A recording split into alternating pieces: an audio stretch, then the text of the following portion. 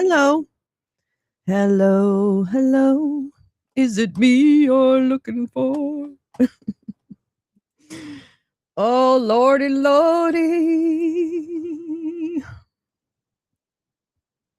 Give me the strength to keep going. I don't really have the strength to keep going. There just has to be more happiness. I need more happy times mixed in with the bad. I'm out of balance. I'm out of balance with the happy times.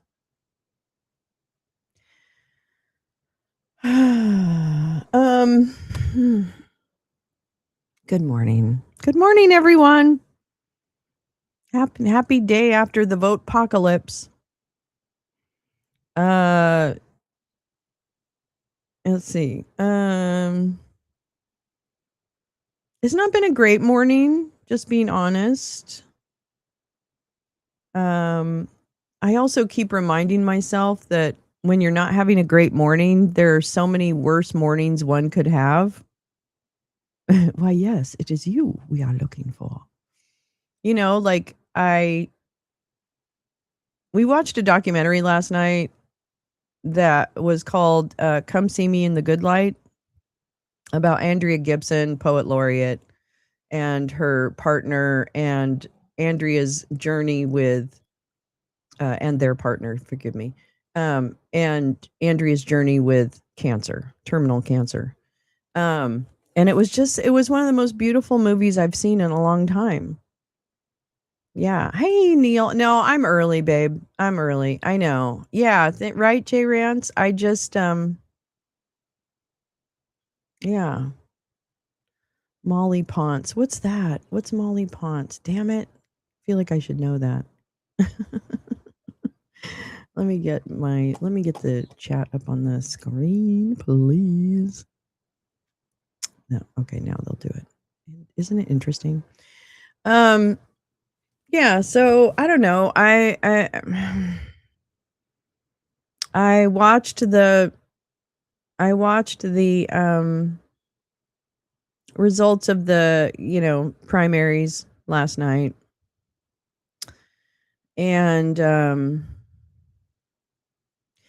I know there's a lot of MAGA in California. I grew up here, so I know what's what. I know the different parts of the state. I know there's a lot. I know where they're concentrated and all that kind of stuff.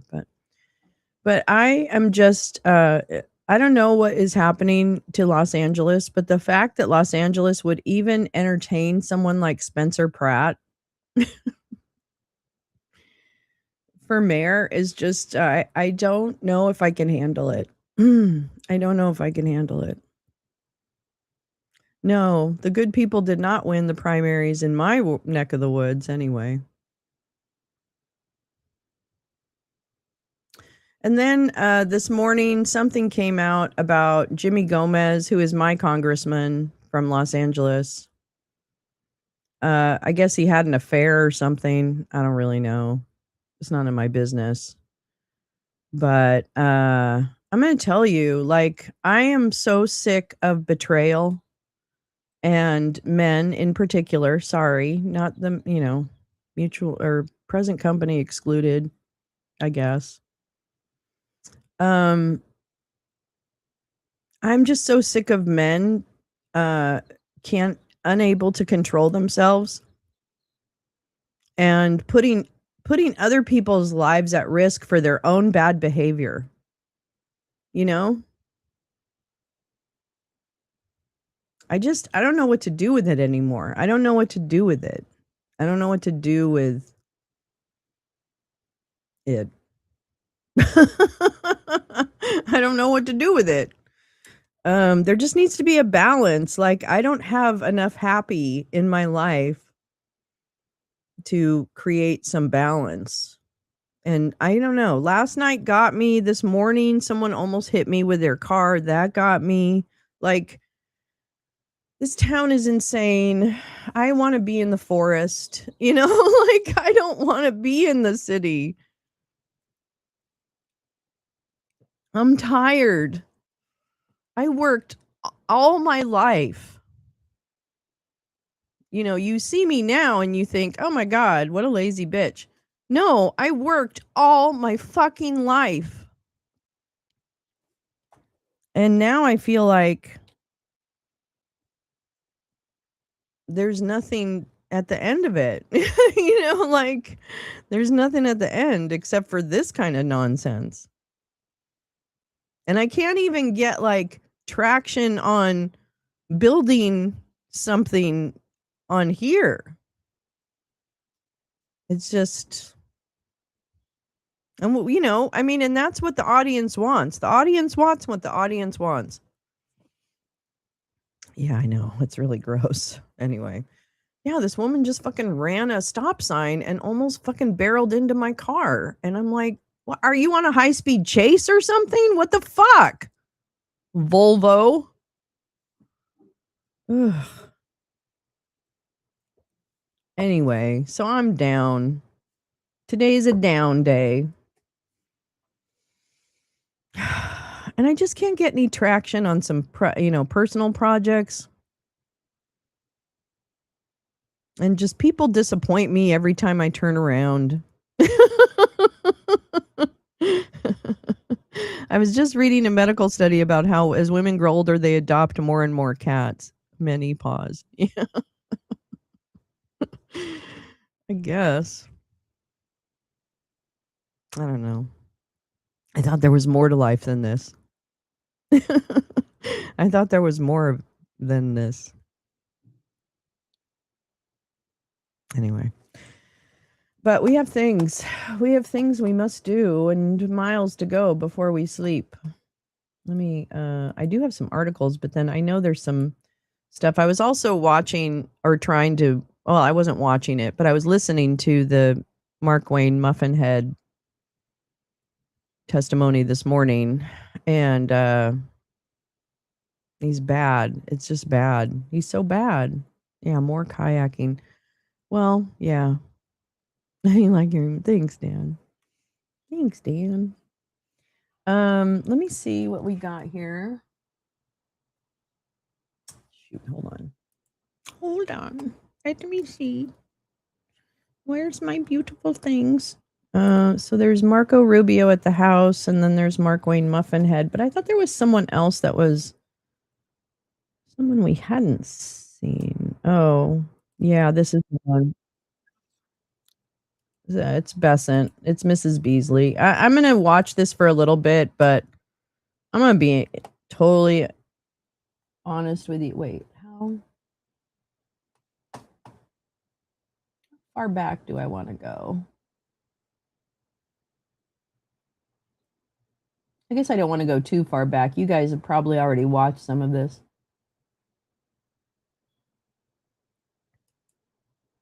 I'm going to go back about, what is that? Oh, about 45 minutes. That's kind of a long time. Okay. Hold on. Mrs. Beasley. Yeah, Rubio and Mark Wayne Muffinhead. All of them. Jesus Christ. You know what I feel like they're trying to do? I feel like they're trying to shove all these hearings down our throats, and then we never get a chance to really process them. You know what I'm saying? Oh my God, come on.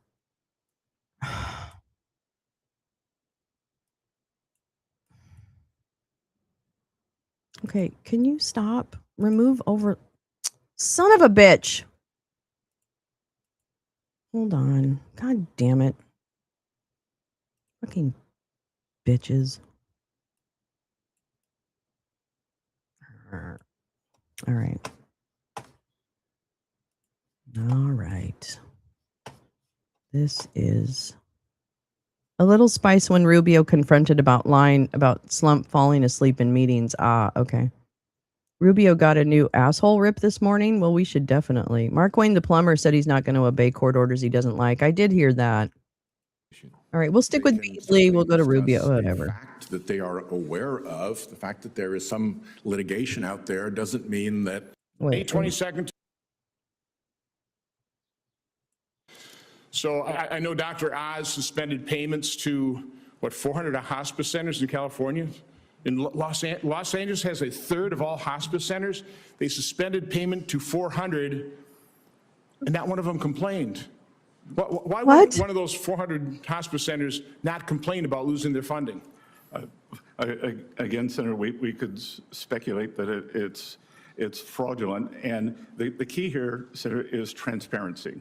We need to be able to see where this money This is is so going. funny. For everything that went on in Minneapolis and Oh, Minnesota, Robio's there the was juicy ticket? transparency. There was a list of the Laring Center. You were able to see, receive this much. This is the address. These are the people. But Democrat government officials ignored that transparency, didn't they? It was right. They had access to it. They ignored it. Shut up. All right, we'll go to Rubio.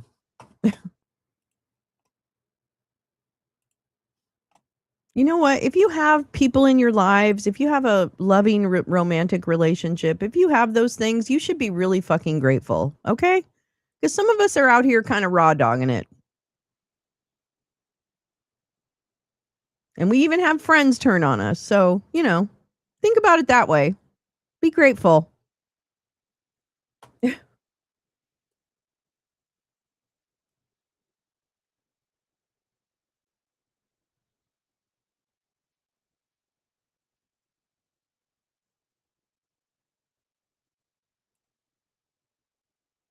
Engaged in trying to find a solution to. Representative's time has expired. Representative Castro, you are recognized. Thank you, Mr. Chairman. Thank you, Mr. Secretary, for coming in today and for your testimony. I want to start with Iran. I'm hopeful that the President and the administration are able to reach an agreement that ends the war and also reopens the Strait of Hormuz. If there's a deal subject to congressional review under INARA, I'll approach it with a fair mind, and I hope that all of us will as well. I just ask that you keep the committee briefed on the details of that agreement, and I believe that it's in America's interest that this war ends, and I sincerely mean that. We are at war alongside Israel against Iran. Iran has struck Israeli nuclear facilities at Dimona, and American service members are deployed throughout the region, as you know. Congress needs to understand the full risks of the conflict, including the nuclear risks. On May 4th, I wrote to you with 29 colleagues asking for details about these risks and Israeli nuclear weapons. On June 1st, your Bureau of Legislative Affairs responded and said, quote, "We refer you to the government of Israel for your questions about Israel's capabilities." I have to say, Mr. Secretary, that's a very bizarre response. 30 of us wrote to you and to the State Department asking our government for an answer, an assessment about a foreign nation's nuclear capabilities. In your opening statement, you referred to India and Pakistan as nuclear nations. We've also spoken in different sessions, both in closed and open sessions, you know, as a U.S. Senator, former U.S. Senator, about the nuclear capabilities of other nations, Iran, China, Russia, France, the UK, both adversaries and allies. And so I wanted to ask you the question today, will you tell us, the Congress and the American people, whether Israel in fact possesses nuclear weapons? You know that that's a question that they've never acknowledged to have a nuclear program. People can have, as you know, in open source and other reporting, suspicions about what they possess. If we're speaking frankly, I think most of the world assesses that they do, but they've never acknowledged that publicly, and as a feature of our foreign policy for a variety of reasons, we don't discuss it in that way either. Well, I guess a few things. This is the first time, especially for an extended period, that we are at war with an ally, Israel, against Iran, and we have service members deployed. And we don't, if they in fact possess nuclear weapons, and you're right, in open source reporting that has come across, we don't know what their red lines are for using those nuclear weapons. And so I guess I'm shocked that our government wouldn't make an effort to know, to understand, and then to give our oversight body the information that we need to make decisions about the war as well. That's a fair observation, and I would answer that if perhaps you make that request and you're open to it being answered in a different setting other than a public Classified letter. setting? A classified setting? Yes, and both classified and sensitive. And if we could, I think you would get a better response to your question if the context in which it was answered were framed differently than a public letter for a variety of reasons. If we're being mature and grown up here, I mean, foreign policy, and I know that you are, and from the tone of your question, it's clear that it's a serious question. Oh my God. These things require delicate balancing acts between different equities, but I think you can get probably a more fulsome answer if we were to be able to respond to that inquiry in a different context, if that makes sense. Mr. Secretary, I'll certainly take you up on that, and I appreciate your answer. Thank you for that. I have another question on Lebanon. The president and you are working to end this war with Iran, and according to reporting at least, one of the main sticking points is Israel's continuing military campaign in Lebanon against Hezbollah, which the president has called on Israel to stop. The president confirmed last night, in fact, that he in fact told Israeli Prime Minister Netanyahu to stop the war in Lebanon. That's cool. My worry is that Israel's insistence on love that, continuing this war baby. against Hezbollah will jeopardize the president's efforts and the American government's efforts to reach an agreement with Iran. And so my question is, do you agree that Israel should stop its military campaign in Lebanon and support the president's negotiations for a peace agreement with Iran? I'd love to answer that question. It's going to take more than the 42 seconds, and I know I've seen already that people get pretty pissed off here when their time gets eaten up. But if I can answer that question, maybe the next person will let me continue, because that's a really important question. So let me just start by saying this. Let me walk you through this. We had an agreement. Hezbollah reached out 2 weeks ago and basically said, about 10 days ago, and basically said, we will not launch missiles into Israeli territory if they stop attacking into Beirut. That was the agreement, I think 5 p.m. 2 Saturdays ago. At 6 p.m., they launched missiles. And then they came back and said, well, we made a mistake. We thought it started tomorrow, not Saturday. Then they went again and violated it again on Sunday. But also Israel has been bombing. Yeah, and launching please. throughout. Is that Well, correct? Talk there's two about separate being a things. fucking Actually, adult. Israel has not conducted massive operations in Beirut for What? some time. What you see them operating is in the south. And what they In are suburbs. what we've always said, and it's part of the joint statement. They're killing people in suburbs in Lebanon. That's ridiculous. Totally fucking ridiculous. I know. We've always said Well, is there's Israel has the right there's to an act in its embarrassment defense. of So as an riches, example, Jane. Well, They're but all so then idiots. why did the president have to tell Israel to stop Time has anything? expired. Representative Wilson is recognized. Thank you, Mr. Chairman. Indeed, Mr. Secretary, I want to thank you and recognize that we appreciate the U.S.-Israel alliance, and we appreciate very much the response that's being done against 1,100 missile attacks. Contacted them and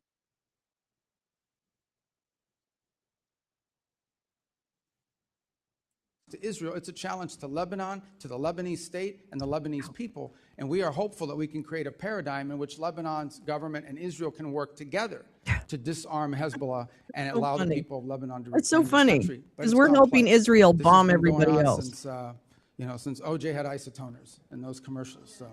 And Mr. Secretary, you're correct. I was with President Aoun in Beirut last year, and that what you're doing is should address it. I do want to point out, give Syria a chance, and that's been your success, Tom Barrack, the president, giving Syria a chance. We need to delist Syria from the state sponsor of terrorism, and I urge that to be done. Thank you for being so generous for Representative Castro's question. Exactly, Representative Titus Jim. is recognized. Thank you very much. Thank you, Mr. Secretary. I just want to talk about some of the conflicting comments that we've been hearing about the status of Iran's military. The president just made some comments on Fox News where he said Iran's military, we sort of left it alone because we think that their military is somewhat moderate. We've taken different forms of leadership out, but we've actually left their military alone. People would be surprised to hear that. Well, I'm very surprised to hear it because we've had Secretary Hegseth say repeatedly that Epic Fury decimated Iran's military and rendered it combat ineffective for years to come. You've said the Iranian Navy's at the bottom Please of share the the sea, broadcast. and they have no Air Force either. Hit the like. Well, which is it? You're the Secretary of State and the National Security Advisor. If you can't tell us if the military's decimated or not, is it at the bottom of the sea? Was it left alone? This is a major point, I think Congress. Is this needs the clarity question on. you want to Okay, ask, thank you. Titus? Fair question. Really? Let me address both of them. The first is on the military. I think there's a difference between the military's hardware and capabilities and the individuals involved in the military. As you know, the Iranians suffered tremendous losses in personnel, and that includes top leadership of the IRGC and other elements of their government. What the president is alluding to is that there are certain individuals in the Iranian regime who have indicated both directly and indirectly a willingness to approach the future perhaps a little different. Not ideal. I'm not telling you, look, everybody talks about moderates in Iran. There are no moderates. There are radicals and super radicals, okay? That's been our view of it. But there are some of them that believe that they actually need to do a deal because their economy is in shambles. And so I think what the president is alluding to is that there are some individuals involved there are in not. negotiations and in Okay? elements of their There are government, not. including some in elements of their military that are more open to a deal than other. As far as the Navy is Why should concerned, they yeah, make a have no deal with Navy. someone What who they have just fucking remaining is a attacked bunch of them? small This is craft like that we're calling Russia. We're like Boston Whalers with Russia. machine guns. Okay? And these We're things like are harassing Russia. ships. And these are the ones that go after, in some cases, they drop mines off the back of them, or they try to harass the shipping in fuck? swarms. They are unable to form swarms the way they once did. They are primarily now threatening shipping through the use of one-way attack drones. But their Navy, which you would consider a Navy with naval vessels that can actually conduct naval operations, Then is why isn't non-existent. it over? So Then why is the isn't it war over? Still on, or is the war off? Well, Epic Fury has concluded. What you're seeing reports of, What? including last night, is the following. A ship will go through the route, particularly both the northern and southern route of Hormuz. Those ships will come under attack. The U.S. will respond. I'm sorry. Epic Fury is over. So it's just over. What is this? The denouement? What is it? Is it the sequel? Is it the mezzanine? What the fuck is it? Is it the off ramp?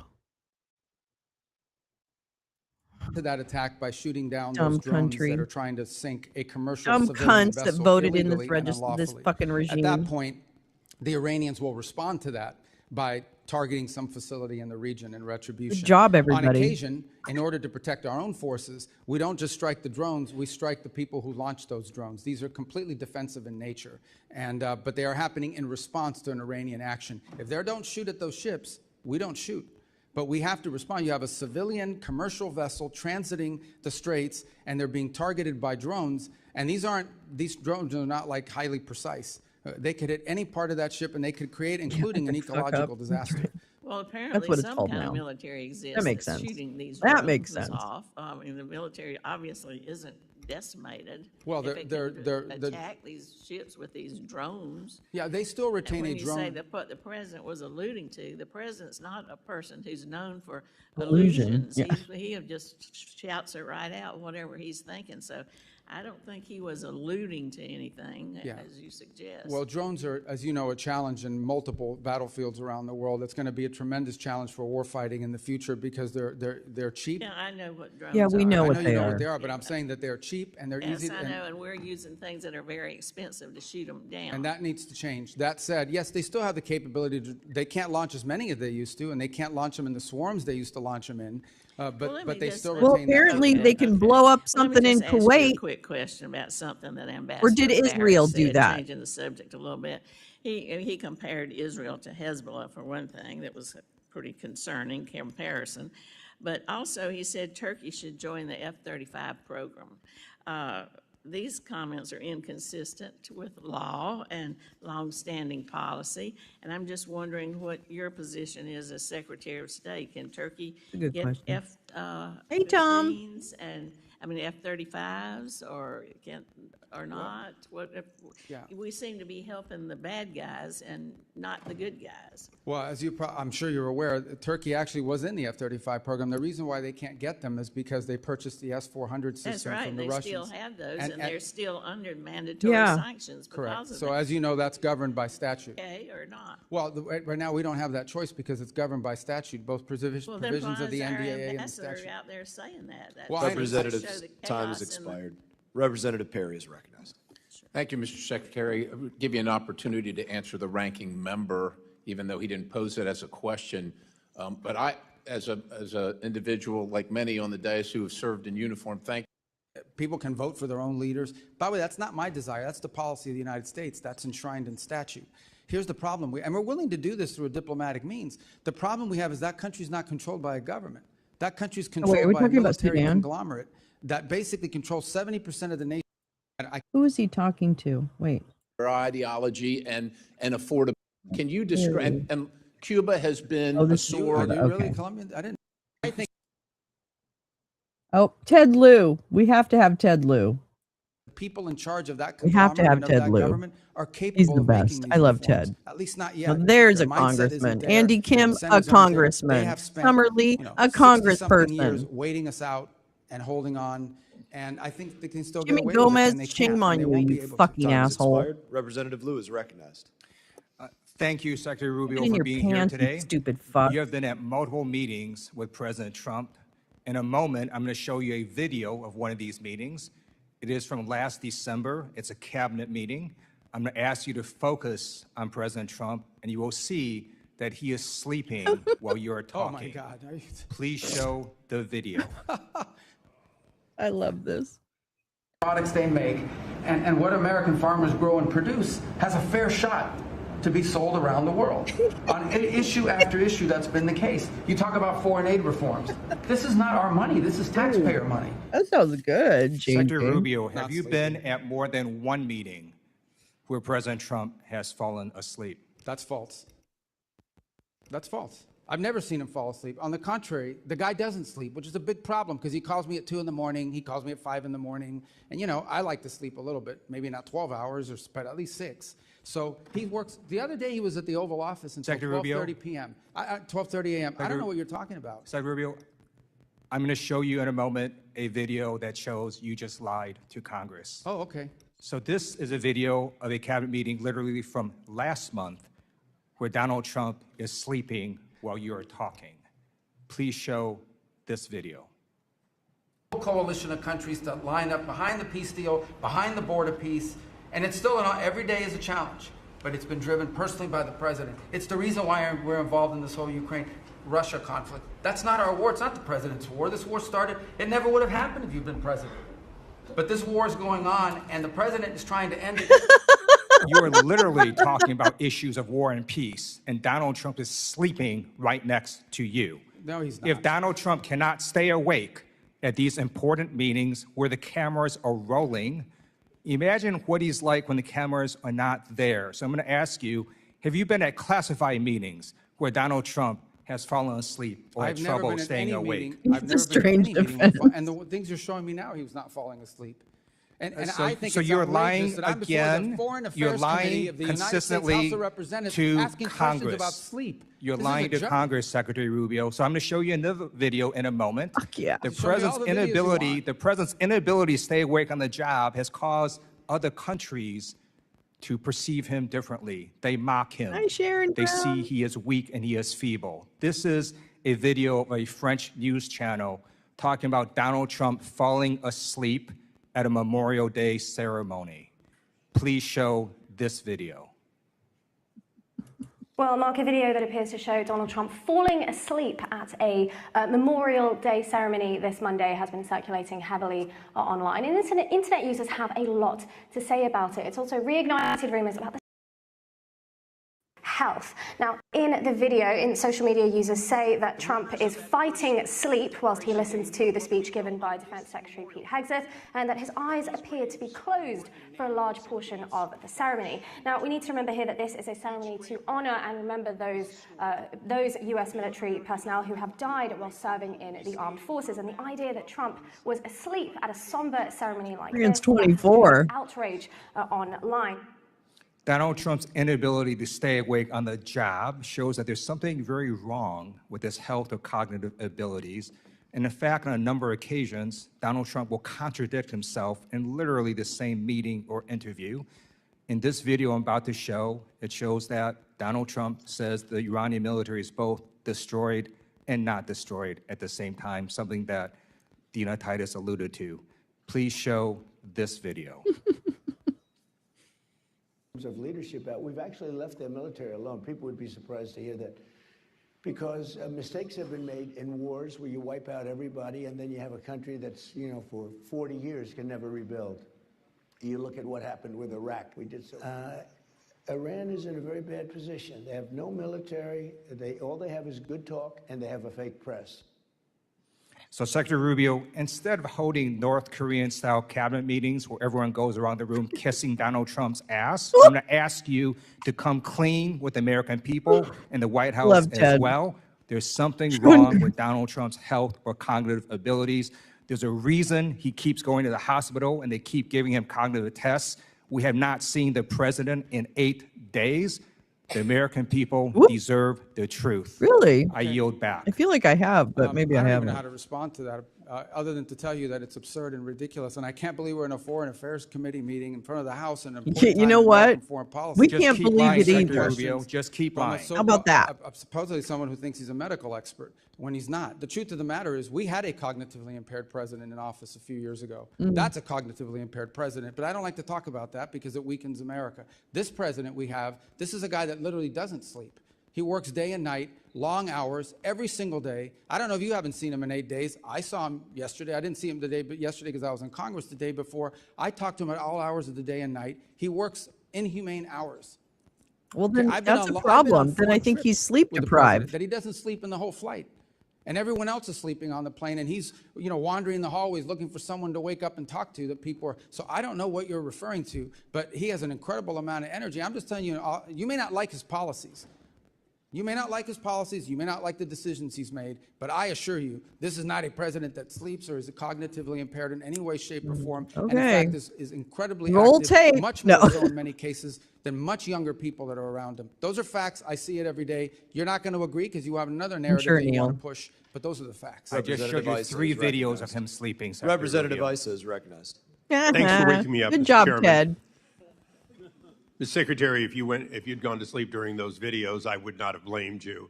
I too have received those calls at all hours of the day and night. Really, Daryl? You really want to I'm, go there, like huh? you, aware that the President Yeah, Journal fuck you, Daryl. article entitled "South Korea Takes a Hard Left Turn Against America" be placed in the record. So ordered. Thank you. I yield back. Without objection. Representative Jacobs is Yeah, recognized. Thank you, Mr. Chairman. Mr. Secretary, good to see you.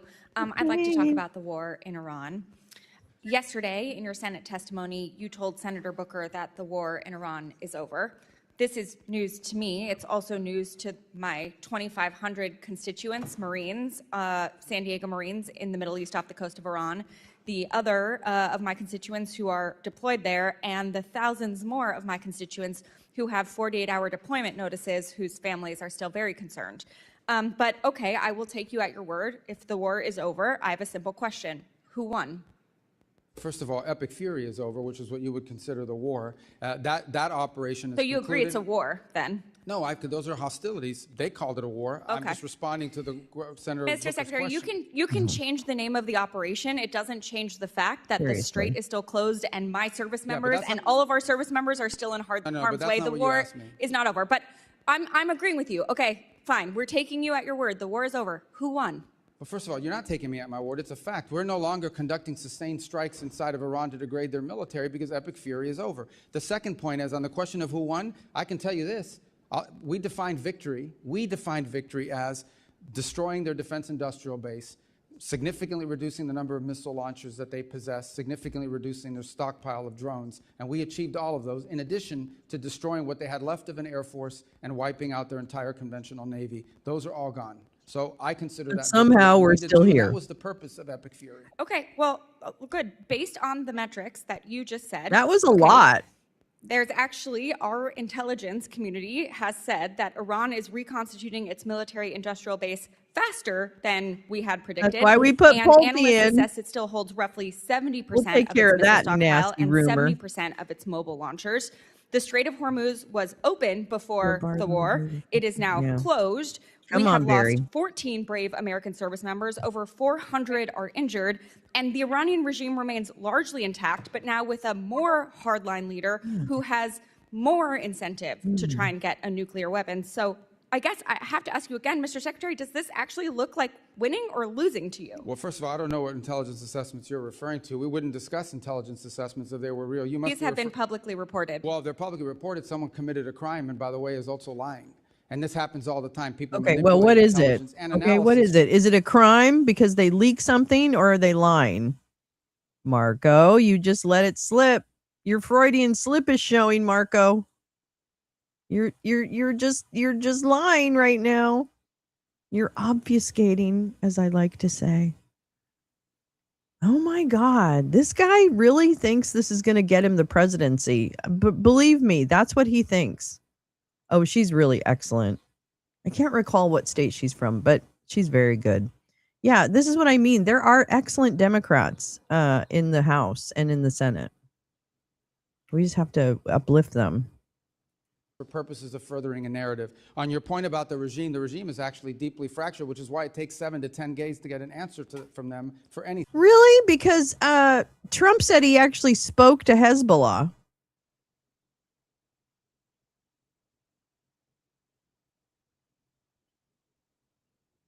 And something must be happening because you keep entering into agreements, so you must be talking to someone. Somebody's lying. I can't put my finger on it. Meanwhile, they Fractured, but still intact. Well, intact in the sense they can't even reach agreements that they can get back to us. So that's, I don't know how intact that is. What they have is people that are afraid to go into the streets. Their repressive operations have held people back, in addition to the fact they've cut off the internet. But this is a country right now, and this regime that is facing hyperinflation. I know. A completely devalued currency, hundreds He of really billions of thinks dollars he's in got damage this to their game. military infrastructure. And frankly, they all of the pre-existing problems that He's Iran gonna had get in their economy, fucked. which is why people are protesting. Not in the fun are way. worse, not better. Sure, and but they have to deal with that too. Mr. Secretary, so you're saying we're winning because the Iranian economy has inflation, it's cost them millions of dollars a day in lost revenue, and because it's going to cost them billions of dollars to rebuild. Well, we are having inflation. It's already cost us an estimated $100 billion. Did he say Gas that? prices are up with no end in sight. The average family is paying an extra $450 on gas and could pay an We're all extra busy during $2,000 Pride Month, by the end of Lauren. the year. The American He people didn't are say not days. stupid, Mr. Secretary. We all know that this war is He not must be over. losing his mind. Just last night, the U.S. and Iran exchanged fire again, this time over Karg Island. We still have not reached a deal, despite the president's promise that a deal is right around the corner. The president even said today the blockade could last until Labor Day. It's now day 97 of the war that the president said he wanted to end quickly. So I have one last question for you. Yeah, what the fuck? Mr. Secretary, who won the 2020 Hey, you presidential got balls. I'm not here to answer a question. About 2020. This is a Foreign Affairs Committee. Okay, great. You Opine on can't answer the political question, No, I even don't though we answer all no, know that I don't President answer the Biden won. question because as Secretary of State, I do not participate in domestic This is political not about issues. domestic political issues. certainly This is is. about our democracy. You're asking me to opine, just like I don't do campaign It rallies. seems like I don't you- do because as Marco, Secretary of State, we're not supposed to. That's been the long tradition of the department, and you Marco? should know that if you've been on this committee for any period Don't of you time. point at Mr. her. Secretary, it seems Your like you have an fucking issue finger admitting away. facts. You can't say that the president lost the 2020 election, just like you won't admit President Trump is losing this reckless war of choice, and just like you Okay, couldn't somebody admit that thought the that was shoes the clever, president but bought I you were don't too agree. big. You clearly don't know what winning means, Last and not report, because Iran the had facts are 70% unclear to you. strike It's because capability telling intact. That the seems truth like a would lot. cost you your job. And the American people are entitled to a Secretary of State who tells them the truth even when the president doesn't want to hear it. And my constituents, our service members, deserve better. Mr. Chairman, I yield back. I don't know what shoes she's talking about. What is she talking What's he talking about? What's he talking about? Representative Burchett, you're recognized. Thank you, Mr. Chairman. If you'd like to answer any of that. Yeah, I don't know about the I'll shoes. give I mean, you a he gave me minute. some Florsheim shoes. They're actually pretty good. They fit fine. I don't know what she's talking about. All right, Marco, you're a bitch. How about that? How about you're a little I think this is bitch? just it's going to feature prominently in the meeting in Turkey, as it did last week in the meeting with the foreign ministers.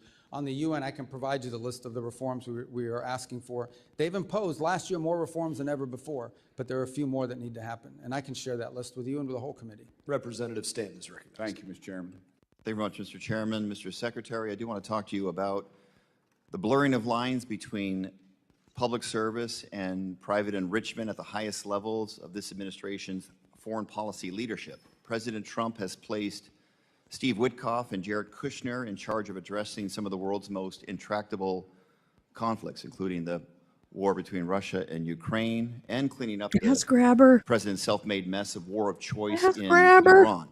Let me start with Mr. Witkoff, Trump's special envoy to the Middle East. If I have that. He co-founded the cryptocurrency venture firm World Liberty Financial alongside President Trump and Hell yeah, President Stanton. Trump's children. Days before President Trump's inauguration, a firm controlled by a member of the royal family of the United Arab Emirates, Sheikh Taknoun, bought a 49% stake in the company. That was a $500 million investment. 31 million of that went straight to the Witkoff family. Witkoff was still a financial stakeholder in World Liberty as he was simultaneously leading high-level U.S. government negotiations in his role as special envoy. One of those negotiations was over the export of America's most advanced AI chips to the UAE, negotiations personally attended by Sheikh Taknoun. In the spring, another company chaired by Sheikh Tagnoun, MGX, deposited $2 billion in World Liberty Financial's stablecoin, the single largest investment in the crypto company ever.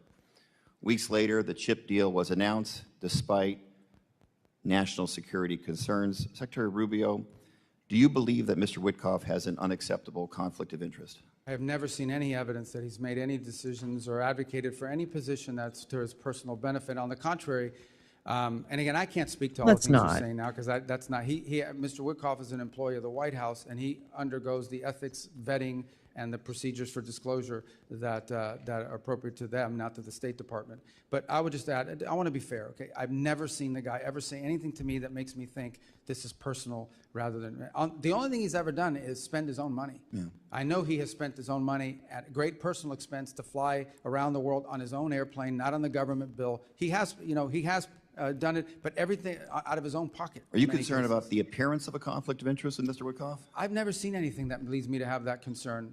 Again, you've cited a bunch of things. I'm just not aware of those. Oh yeah, I just don't pay I'm just attention telling to you, that. my personal interactions with Mr. Witkoff are of a person who just thinks he's serving the country and is happy to do so, not out of any personal gain, but because he wants to serve the country. As Secretary of State, who's in charge of the foreign affairs of the United States, Oh my God. have you spoken to President Trump about any concerns about conflict of interest with Mr. Witkoff? I haven't had to. I've not seen any. Let's talk about Jared Kushner. His private equity firm, Affinity Partners, has raised more than $6 billion since it was founded in 2021, including $1.2 billion just over. Okay, let me show you this. Let me show you this. Hold on, I have to do this. Sorry, everybody. Let me show you this. It didn't take me long to find the connection between Witkoff and his work. Haven't read this one, but from April of this year, the bizarre connection between Iran negotiations and Trump's crypto firm. I just want quickly, Zach Witkoff, who is Steve Witkoff's son, sat down at a table in Islamabad and signed a deal with Pakistan's finance minister. Witkoff is the young CEO of Donald Trump's crypto finance firm, World Liberty Financial, and the arrangement he struck that day would allow WLF's stablecoin to be used for Pakistan's cross-border transactions.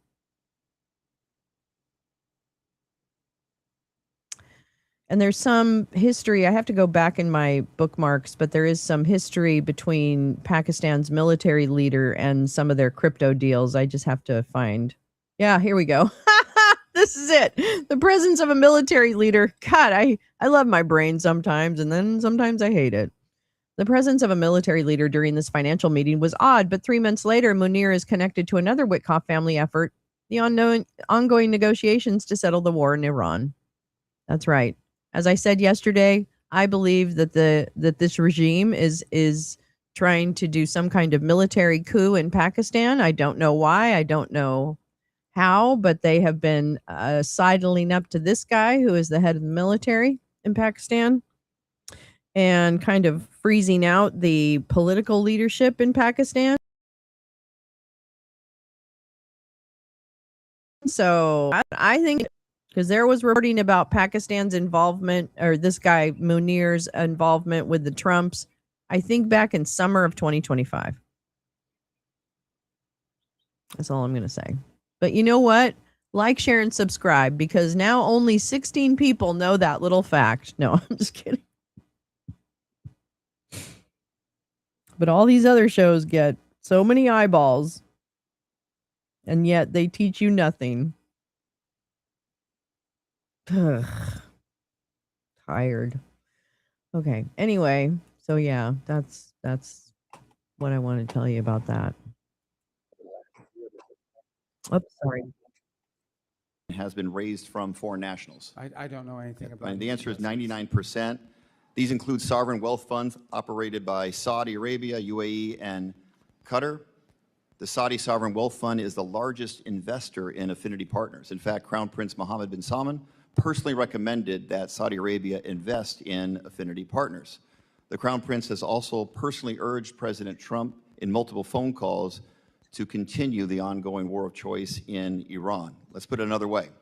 The man who bankrolled Kushner's business venture is the same man who is lobbying for the war Kushner is tasked with ending. Ms. Secretary, Same question. Are you concerned about any conflict of interest by Jared Kushner, the president's son-in-law? Again, in Jared's case, Jared is a private citizen who's been advising and participating in Why? this voluntarily. He's How? compensated for Does it he have a in any way. security But I've clearance? never seen either from either Steve or Jared any. On the Oh my contrary, all I've God. ever What the seen fuck them do you is expect put him to tremendous amount of say? time and energy into trying to solve problems, like the amount of time they put into Gaza and the Board of Peace and all of that process. Oh, yeah. Let's talk about the Board of Secretary, Peace. let me- Where's I the believe money? They've done it out of the kindness and goodness of their heart. They think they're serving the country.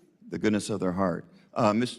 Secretary, what Jared Kushner said on 60 Minutes on this very issue, when asked about it, he says, what people call conflict of interest, Yeah, not enough Steve and I fucking call bait. experience and trusted relationships that they have throughout the world. Reclaiming my time, let's recap.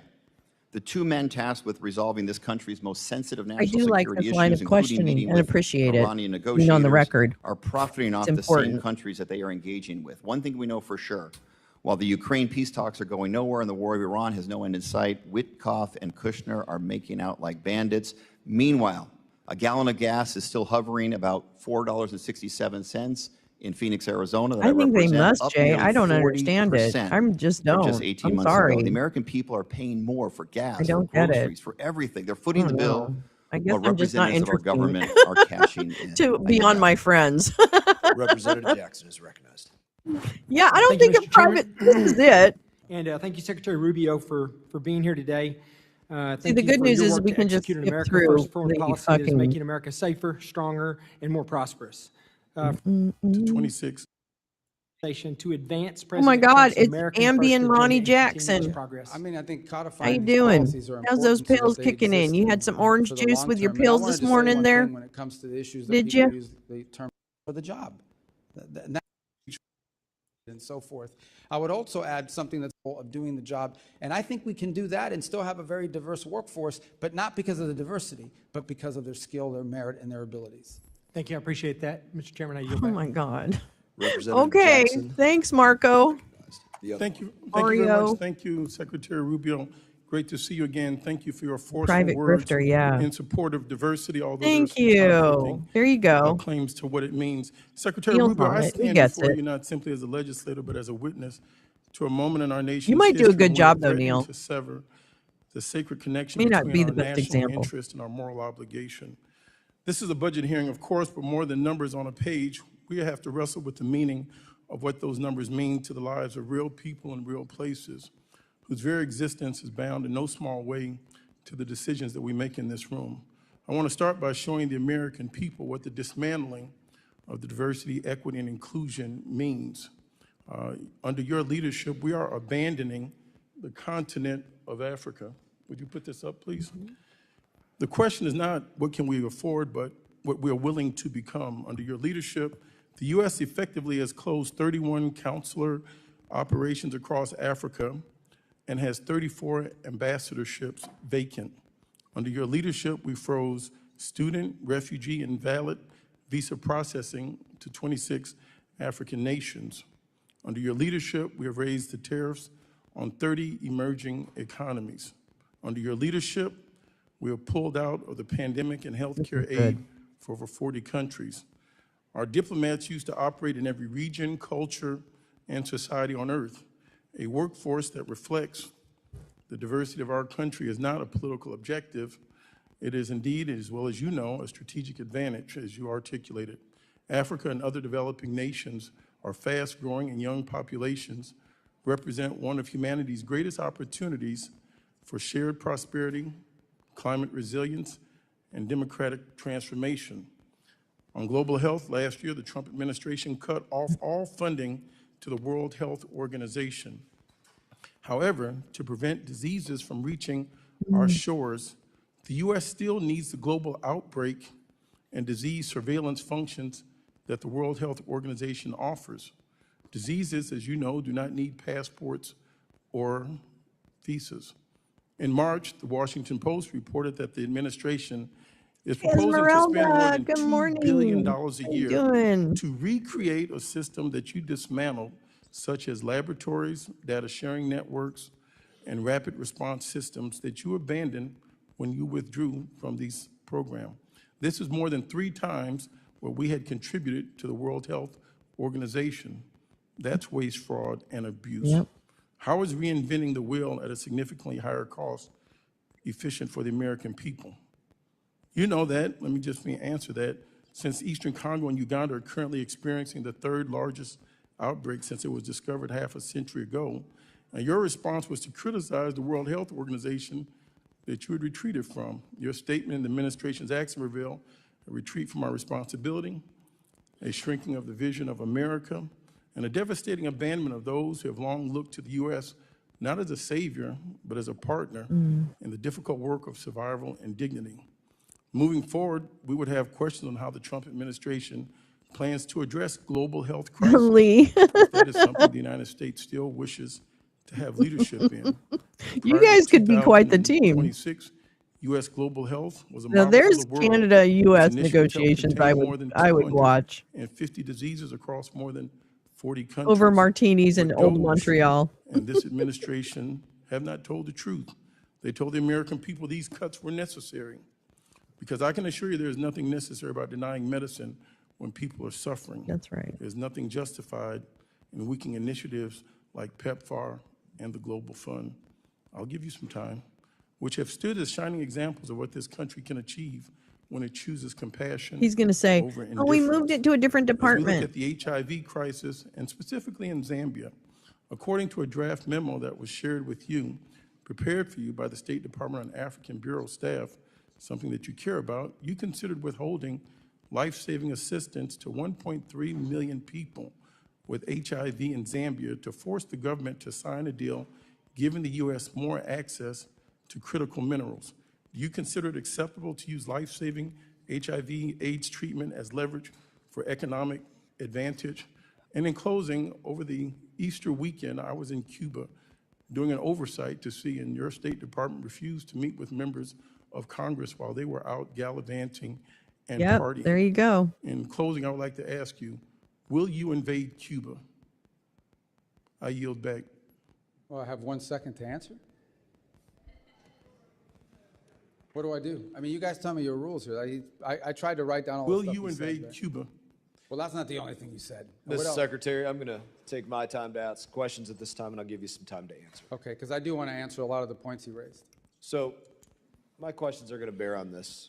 I think there is a significant difference in the State Department today, and since you've taken the reins, versus the State Department under Secretary Blinken and under President Joe Biden. I'd like you to expand upon the changes that have been conducted. I think it's also incumbent for us to speak about things that just not everybody follows these things all day. I spoke about these things a little bit in my opener. The amount of attacks that have come against the United States of America by the hand of Iran, not in 47 years, just in the last 30 months prior to Epic Fury beginning. I referenced over 350 attacks, 200 wounded, multiple Americans dead, to include Specialist Moffett, Specialist Sanders, Specialist Rivers. We have been ongoingly attacked by Iran just recently.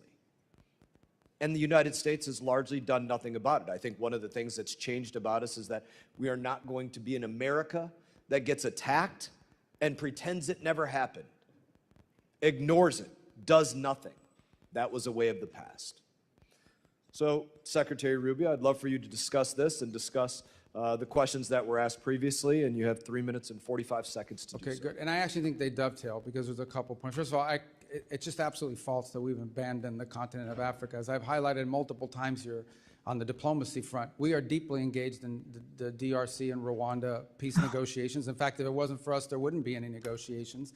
We are deeply involved in the Quad effort with Sudan that involves the UAE on one side, Saudi Arabia on the other, and it's deeply complicated that we actually Is it complicated? have helped host donor conferences. So we are very involved in all of those. Is it complicated, Marco? Or is it that we just don't really give a shit about the people of Sudan so that we're willing to let the two big rapists of Sudan, the UAE and Saudi Arabia, excuse me, is it that we're just trying to figure out how do we help both of them? Is that what it is? Because we're not doing fuck all to stop any of the crisis in Sudan. I can't believe this world. I can't believe that this is just so out there. Yeah, exactly. Neil says, oh, so countries that are attacked must stand up for themselves? We'll keep that in mind.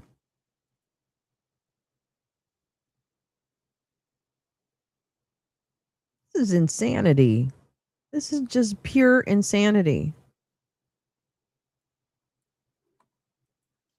As I pointed out earlier, we've been working very cooperatively with the government of Nigeria to go after a common threat, terrorists that want to aim at us but are threatening the nation state there Christians. now. Which is probably it's probably like fucking conspiracy theory. It's a country we really hadn't had much interaction with for many years, and now that's begun to flourish, and hopefully we can build Yeah, upon that. Esmeralda, In the what's up case with the EU? of the consular services, we've consolidated consular operations all over the world. And one of the reasons why is you can do it more efficiently. There are areas where literally the number of either visas that are not accepted or even Yeah, they're do heating not up again, justify huh, having a Esmeralda? full-time I saw station. that. We've done this repeatedly, not just under this administration, but previous Portugal? administrations have done that. And so consolidation of consular services is not unique to the African continent. We've seen it in Mexico, where we're going to close one consulate because the cost-benefit analysis doesn't add up. On the World Health I Organization, think elections they matter, basically folks. Okay, covered I'm for China sorry. during the COVID pandemic. I'm going to beg to Openly differ covered that for China. elections do matter. Refused to disclose the reality of what was happening soon enough and didn't put the blame quickly enough on where it belonged. But not just the blame, it didn't allow researchers to be able to begin the work. Here we go. It took longer than it should have to develop a vaccine and other things because of their attitude towards that. And we have deep problems with the way the World Health Organization seems to play politics. Oh, fuck on off. behalf of some countries, and we pointed that out. Now, let me talk about a couple other things you raised. The Global Fund. The Global Fund is very happy. You should call them. They're very happy with us. They put out multiple statements about the work we're doing with that. Can We I are fully challenge any of his compliant. assertions, Chairman? It's my time. No, but I'm just telling you, the Global Fund, we are, for example, there's a 33% cap on what we give. The rest has to come from other donors. We are at that level right now. And if donors give more, we'll give more. We're committed to that. They're very happy with what we have worked out with the Global Fund. I think the other thing you didn't point out is we are not abandoning these countries or these programs. We're entering into compacts.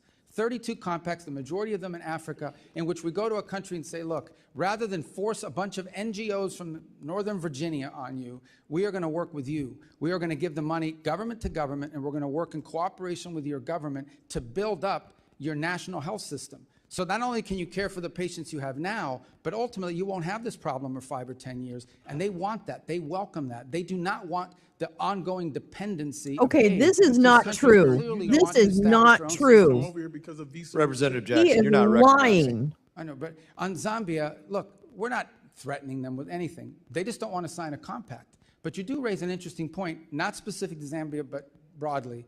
Okay, there are a lot of countries we give a bunch of money to. You sit there and you say, okay, we donate $50, $80 million a year to this country. We do all the aid for that country.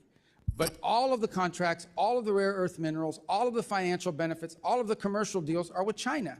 So explain to me, how is that good for the American people that we are in a country that we take care of all of their problems, but then all the economic benefits flow to China or some other country? That has to be talked about. How can I justify to the American people that we flood a country with American aid, but all of the commercial benefits in that country go to China or someone else over us? That is a legitimate thing to discuss with every country in the world that we give a lot of aid to. That is the reason why aid should not be separated from policy, because it has to reflect our national interest. Thank you, Secretary Rubio. Representative Kamlager-Dove. Oh my God. Mr. Secretary, 5 months ago, you essentially became the new overlord of Venezuela, taking control of the country's oil revenues and giving foreign companies access to its oil and minerals. But you have provided no real transparency about where the money is going and who is benefiting from this arrangement. I want to now talk a little bit about Mauricio Claver-Carrón. So, Mr. Secretary, you've known Mr. Claver-Carrón for many years, correct? Oh, this is the guy he had to testify for. Okay. We know that he was special envoy to Latin America. He's also a former lobbyist who supported your presidential campaign, I think in 2016. And now he runs a private equity firm that is seeking $1 billion in investments in Latin America. Apparently, he is seen as your right-hand man on Venezuela, but he's not a federal employee, and he's not bound by rules about financial disclosures or conflict of interest. According to the Washington Post, he acts like a kingmaker in Venezuela, helping to determine which private companies get contracts and access. And that's concerning because in January, you gave confidential licenses for Venezuelan oil to a company that had been charged with bribery by the Department of Justice and employs a trader who gave $6 million to Trump's campaign. Some have said that Mauricio is the Jared Kushner of Latin America, but Mauricio has said that Jared Kushner is the Mauricio of the Middle East. So who is Mauricio, and why is he riding on private jets to Caracas with executives from firms trying to get contracts? And why is he texting Delcy Rodriguez on the regular? Who is he working for? Okay. I'm going to allow you to respond. I'm setting this up because it looks unseemly that essentially you are taking Venezuelan oil money and sending it through a network of campaign donors, corrupt politicians, and lobbyists, and we can't get any documentation on that. We don't have any receipts. So the question is anyone from the administration, directly or indirectly, benefiting from the contracts being doled out in Venezuela? Is this where I get to answer? Yes. Okay, perfect. Number one is the number of people. Mauricio is one of many people that are involved in what's happening in Venezuela. There's not a day that goes by that we don't have someone who's interested in what's happening in Venezuela. So you admit it. Reasons. Okay. Nor is he the only person in the United States that directly contacts Delcy Rodriguez and others. There is a stampede of people that want to be involved in Venezuela. Mauricio is one of many, but by the way, not involved in Venezuela. I am not knowledgeable or know of any financial links he has to anybody in Venezuela. So I'm going to reclaim be my time, careful, Mr. Marco. Secretary, Well, but I'm glad that you said that. Because you have said these things, you have shared these talking points before. They're not talking points, they're the truth. But it is hard to take your word for it when this is the most corrupt administration in American history. Well, that's we're your talking opinion. pardons for sale. We're talking about no-bid contracts to those on Trump's family and friends plan. We're talking about a $1.8 billion slush fund.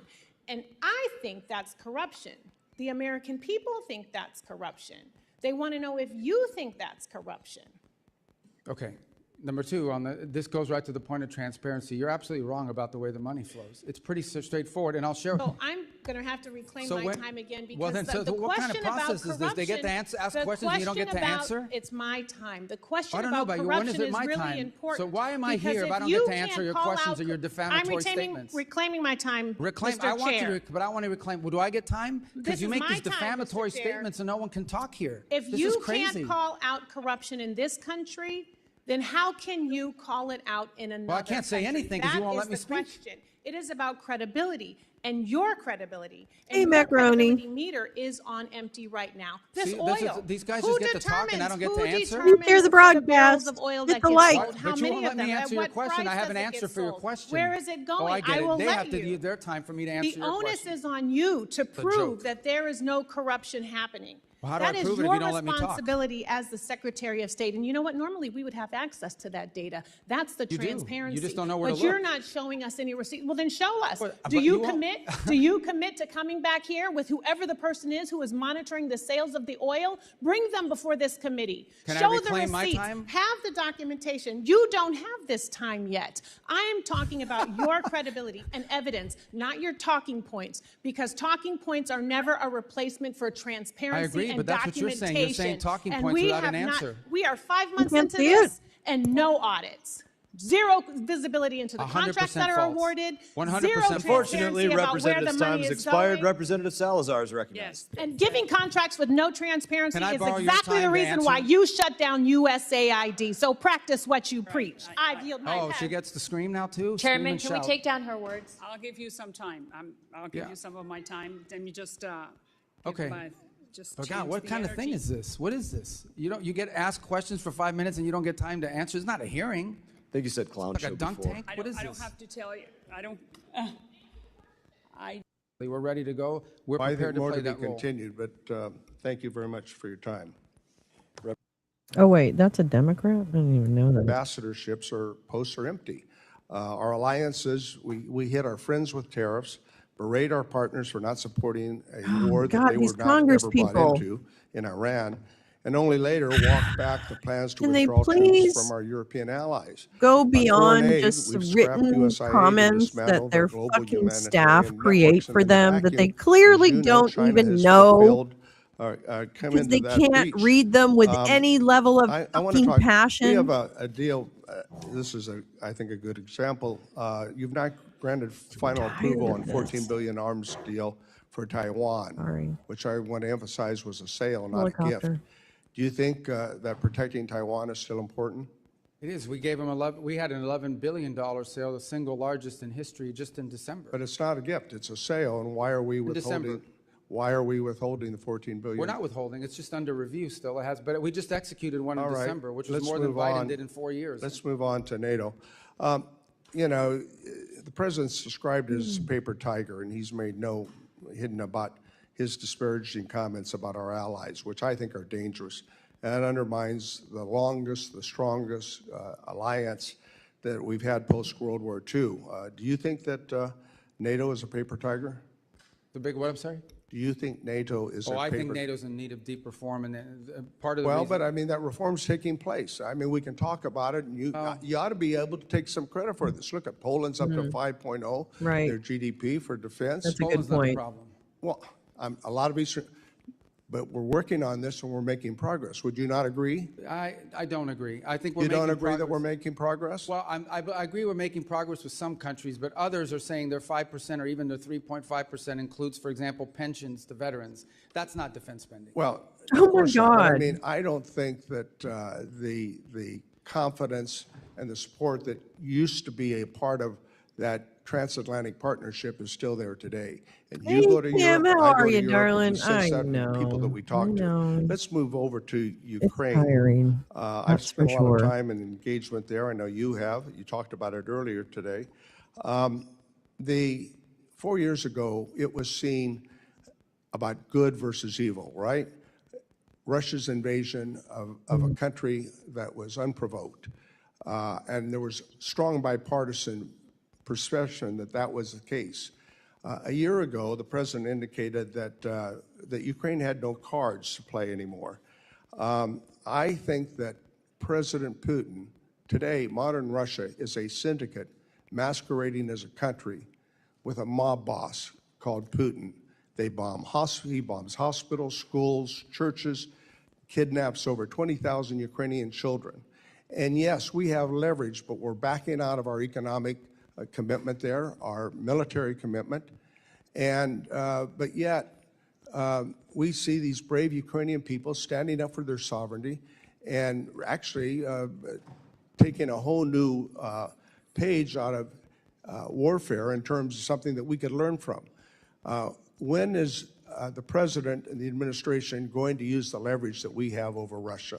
We have, and unfortunately, the talks have not yet borne fruit. But I want to disagree on something. So we continue to sell weapons through the Pearl program, which has been a great success. That's an ongoing program with Ukraine, and we continue to have massive number of sanctions on Russia as we speak. The problem has been, We've of course, put the sanctions on and off again. No, most of the sanctions are still on. The only one that's been waived for a limited period of time in order to provide more oil to the global market and stabilize prices is oil. And those are time determinate. These are 60-day waivers. These are not permanent. Is it the intention to re-engage in the efforts to form a ceasefire and a peace agreement? Oh, we're prepared to do so. Unfortunately, you know, those efforts proved less than fruitful. You know, we spent a year on it last year, but we're prepared to do it as soon as they're prepared to do it. That offer, we've made it repeatedly. We're ready to go. We're prepared to play that role. More to be continued, but thank you very much for your time. Representative Huizenga is recognized. Thank you, Mr. Chairman. Secretary Rubio, good to be with you. And while we're addressing all the important issues like your shoes, I just want to formally invite you to DJ my next event. I would recommend maybe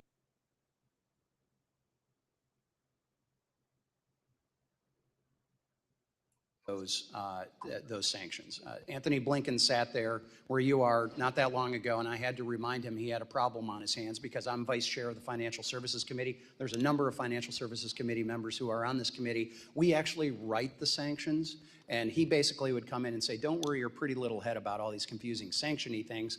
We got a handle on it. You finally do. Thank you. Representative Amo. Secretary Rubio, welcome back. I want to start where we left off last year. You told me, quote, "We're going to do more food aid than any country on the planet times 10. That was your promise. But the facts tell a different story.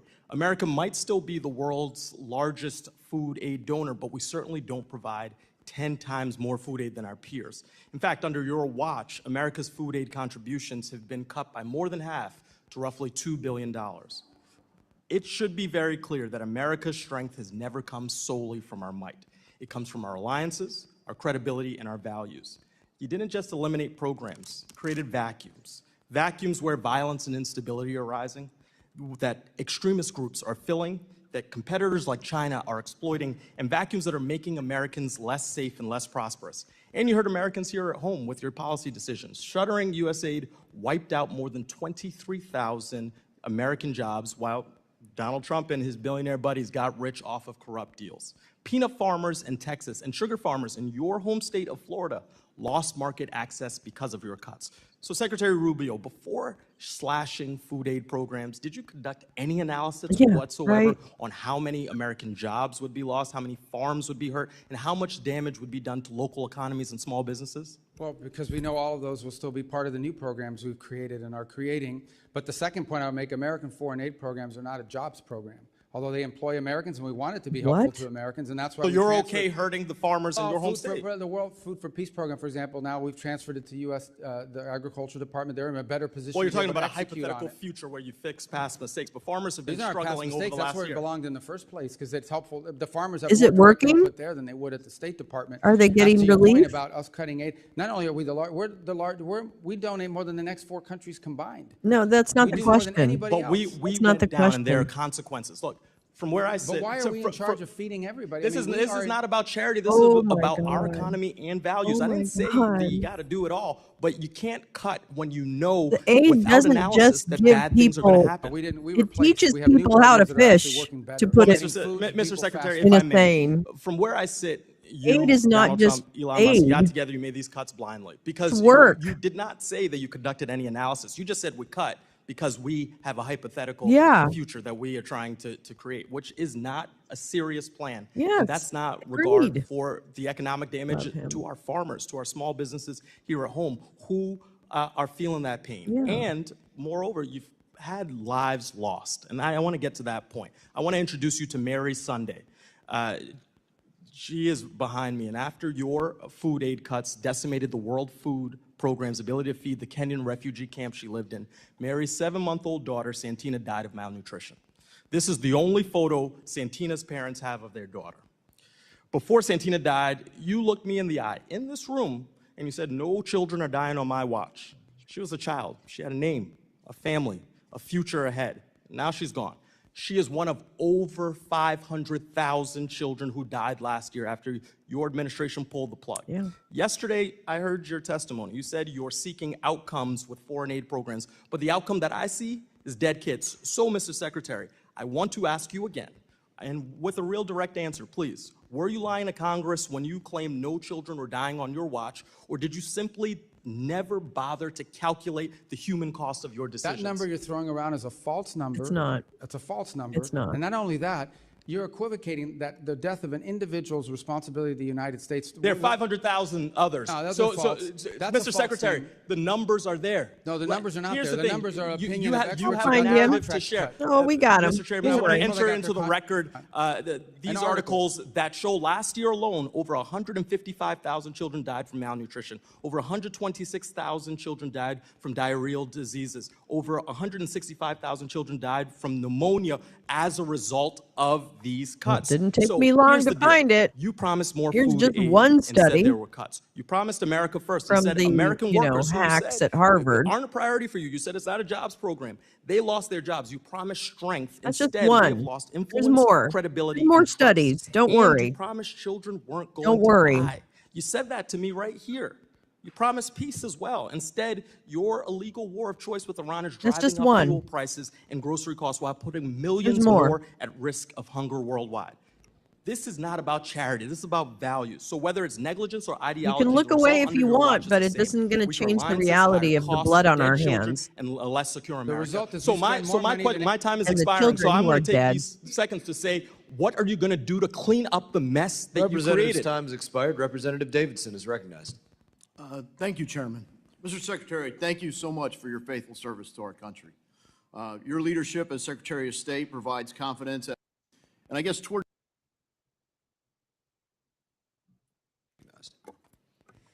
Thank you, Mr. Chairman, Mr. Secretary. But there's Good studies afternoon. I was gonna say happening, good so morning, it's but a good starting to run basis past for us. it. We all obviously sit here in America in what has been known as the greatest deliberative body in this democracy, and in a nation that is the strongest, the wealthiest, the most powerful, the most influential nation that the world has ever seen. America's military might has no rival. However, America's moral obligation continues to be called into question.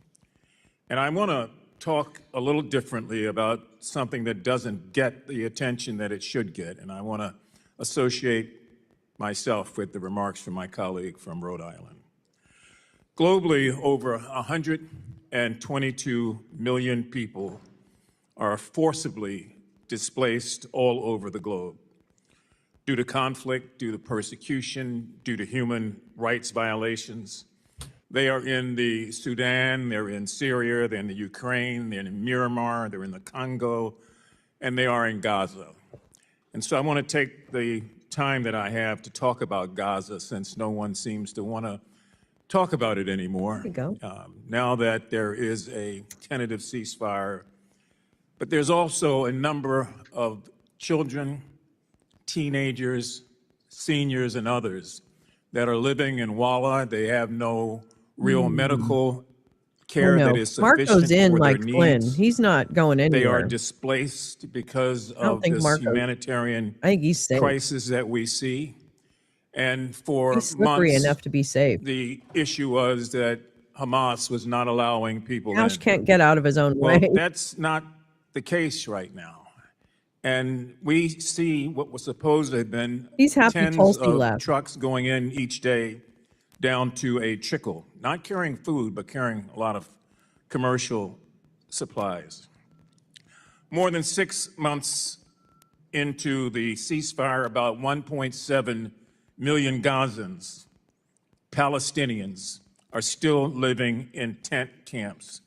They're facing a surge, as you probably know, in rodent-borne disease, with reports of more than 70,000 cases of parasite infections, related illnesses, since the beginning of this year alone. Many, if That's not true. most of them, are children, young children, who are trying to find a way to Really? survive, who are also growing up terrible. with memories of what happened to their That's parents, horrible. with a great I deal have of to look hatred that in their up. heart towards America, towards Israel, 31%? toward anybody that they thought may have been a part of that. That is so I ridiculous. just want to point out two things. One, the 20-point peace plan was enacted and talked about by President Trump. It included point number 7, which doesn't get a lot of attention, and that is that the mandate that a full amount of aid would be sent into Gaza and into the Gaza Strip at a quantity of 600 trucks a day. It also included another point, point 8, that entry and distribution of this aid would proceed without any interference from any outside or internal force. So if we are, in fact, the strongest, the powerful, the most wealthy, the most influential nation on the face of the earth, it would seem to me that while we are doing all these other things around the globe, Mr. Secretary, that we ought to have a humane reaction and response to what we helped to create there. I mean, it is not just war-torn, it's ravaged, and people are dying every day, even as this hearing takes place, because they can't get medical attention. And so Gaza is not over with. That chapter and page is not turned. Those persons, the Palestinians that live there, really need help. And I would strongly urge the State Department, in addition to what you may be doing, to have someone and to have a process to come up with ways through UNRWA and other organizations to meet the need. Many of the international organizations are facing a monetary crisis, and so they don't have the ability to do what they are empowered to do. But this is still the United States of America, and we still have an obligation. And we cannot let children die en masse because we think that a ceasefire has created a new reality. The reality is still the same on the ground there. So I would urgently ask that when you come back before the committee, that you try to address that, or even before then, or if you want to share some information, please do, because time is of the essence. I yield back. Representative Lolo. Mr. Secretary, as chairman of this committee's Middle East and North Africa subcommittee, I've been monitoring closely the administration's operations in Iran and appreciate the many conversations that we have had. I commend both you and President Trump for your decisive actions against the regime and that of our military. Last summer, we significantly set back their nuclear objectives, and in the past few months, I'm sorry, Jim, could you remove that comment, please? You know how I love you, but can you remove that comment? I don't think we need to question why Mfume changed his name. Okay, I don't appreciate that comment, and I'd like you to remove it. Thank you so much. Or I can. Maybe I'll just do that. Remove? How do I do that? I don't know how to do it. I can't do it. Oh. Yeah, I certainly don't equate what Mfume would do with Anna Paulina Luna. I mean, just saying. I don't know. I'd like to keep this on the... Yeah. Anyway, thanks. we have systemically decimated their military infrastructure, including their naval fleet. Oh, can you? Because I just ballistic can't do it missile from my program, screen and for drone some reason. capacity. Thank you so And much. we Just- eliminated remove the comment. Ayatollah, Thanks. the clerics, and much of the leadership of the IRGC. And now you are working to get the Strait of Hormuz reopened. And to my colleagues, I would say to you, imagine what this regime would do if it actually had a nuclear weapon and tried to extract and extort by shutting Yeah, down but they the don't, Strait. do They didn't they? just think of this Yeah, but as a did you result of die? this But did you operation. die? This is something that they had been planning for years. Make a deal. Okay, whatever. Sorry, I hate that guy. Thank you, Mr. Chairman. Thank you, Mr. Secretary, for that. joining Why us was I today. listening like you, to I him? attended the security conference earlier this year, and in a meeting that I had Thank with you. several European prime ministers and several of your colleagues within the administration, your colleagues recognized that NATO is both bigger and better funded today than it was 10 years ago. And I am fully willing to admit that that is a byproduct of several factors, including Putin's aggression, previous administrations, and indeed a byproduct of actions by this administration and this president's first term as well. But I want to focus in today on statements and actions that I believe go beyond pressuring and leverage and actually fundamentally undermine. Thank you, the Meowing foundation of Star. NATO. Have On an January excellent 21st of appointment. This year in the president's Yeah, speech good in timing, Davos, right? he said, we quote, Thanks never got for the anything heads up from because I NATO. missed that. 2 months later, I appreciate the president that. said on I Truth want to read it. Social, It's pretty speaking of deep. NATO, they will do nothing for us. Mr. Secretary, do you share the president's assessment that we, quote, never got anything from NATO? Well, I think what the president was speaking to at that moment, and was what I'll speak to you about now, is one of the reasons why I've been such a strong You're right, supporter of NATO Macaroni. is because they allow us to use these You're right. bases. Because it allows us in a time of contingency, like the one in Germany This and is- others. this is and for true. the first time, we see NATO countries denying us the use of their bases, This is which true. undermines Mr. the purpose Secretary, of our involvement. these statements, including the one we never got anything from NATO, happened before the war in Iran, which falls outside of the Article 5 invocation. It falls outside of a war of defense. Do you share the president's assessment that we, quote, never got anything from NATO? I share the president's assessment that on issues that are a priority to the United I'll States. take that as you disagree with his No. assessment that we never got You anything can't from take NATO it as because, right. Mr. That's your Secretary, let me characterization. reclaiming my time, I'm Mr. Chairman. telling- well, Mr. Secretary, I'm asking very specifically about a I'm trying to specific answer quote. your I'm not question, but you asking asked whether me- NATO can be better or But how can reformed. you I'm guys asking answer if we questions and never not let got me anything answer? from NATO. And I want to specifically ask you, Mr. Secretary, Well, why are you asking me if I can't answer? you're not answering the question that I'm asking. You're answering a different question about whether NATO can giving be you the better answer or you want. reformed. And so I'm going to move on, Mr. I love Secretary. Are you aware that the questioner. only time Article 5 has ever been This is invoked what is we after need. 9/11 in defense of the Good United States? questioning. Of course, I'm aware of that. Okay. Yeah. And are you aware that Use his more note. than 1,000 Europeans died in the subsequent war on terror that was invoked They after? participated in the Middle East, correct? And I assume you're aware that the Participated. NATO ally that lost more service members per capita is Denmark? Denmark, I thought it was, that the UK had suffered more. More per capita. Okay, gotcha. And I assume you're aware that Greenland is indeed part of Denmark. For now. Okay. Well, I want to focus in on Greenland. I joined the bipartisan bicameral there you trip go. to Copenhagen as the administration that you're a part of sought to seize Greenland. In the president's speech at You're such an Davos, he asshole. said, referring to Greenland, quote, "You need ownership to defend it." Mr. Secretary, does the United States need to own land within NATO to defend it? And the truth be told, we are actually involved in conversations with Greenland and Denmark on the use of Greenland for collective defense for all of We us. do It's a that. key part of missile defense, but we're involved in those talks have a right now. ton of so people I there. think we're in a good place on it now. But I don't want to put stuff out there in the public record that would undermine the conversations we're having with them on it. Because we're going to So, extort them too. Specifically. What's the I'm extortion not going to asking be? about whether we're going to do more within Greenland for our collective defense. I think all of us share that goal, including Denmark and Greenlandic people. But does the United States Idiots. need to own land within NATO to defend it? That's what the president said, Yeah. and that was the justification for That's a great those question. statements and the attempt to seize Greenland several months ago. The president's view is that it's a lot easier to defend it when you have control and complete control of it. We are obviously having conversations with both Denmark and Greenland. They are ongoing on a monthly basis now. I think we'll have pretty good news on it So at some point. I take that as you Okay. disagree with the Good news literal for words of the who? President of the United States. And I want to put I a think he's finer right. If point. we owned it, it would be easier to defend it. But That's there not would what be he said. another- He said you need to own it to defend it, which fundamentally undermines the central tenet I of Article 5 appreciate this of questioning. NATO, which states that the parties agree that an armed attack against one or more of them in Europe or North America shall be considered an attack against all of them, and if such an armed attack occurs, each of them will assist the party or parties attacked. So sitting here with, I'm sure, many leaders across Europe within NATO and many leaders beyond, including Vladimir Putin, potentially watching the words and listening to the words that you are saying, can you reassure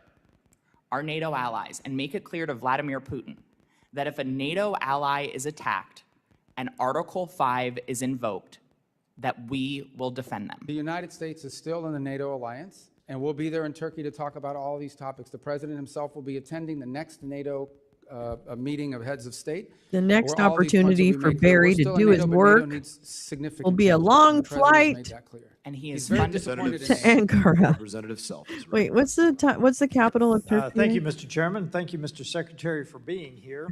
I want to continue on NATO, but first of all, would you NATO. like 30 seconds to respond to No. the last questioning?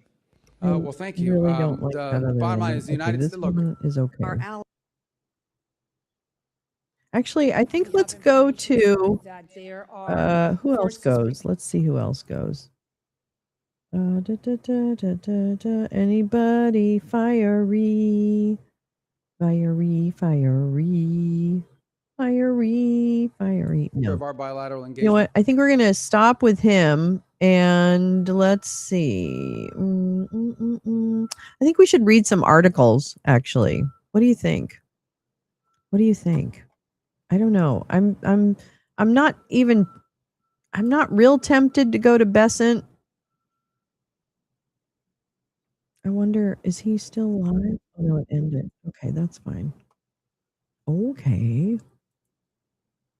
But there is, we have a lot of good articles, so I would really like to take some time and read some articles to you, because I thought that there was some good ones today. Would that be okay? Sorry. Would that be okay? Let's see, what was my first one there? It's this one.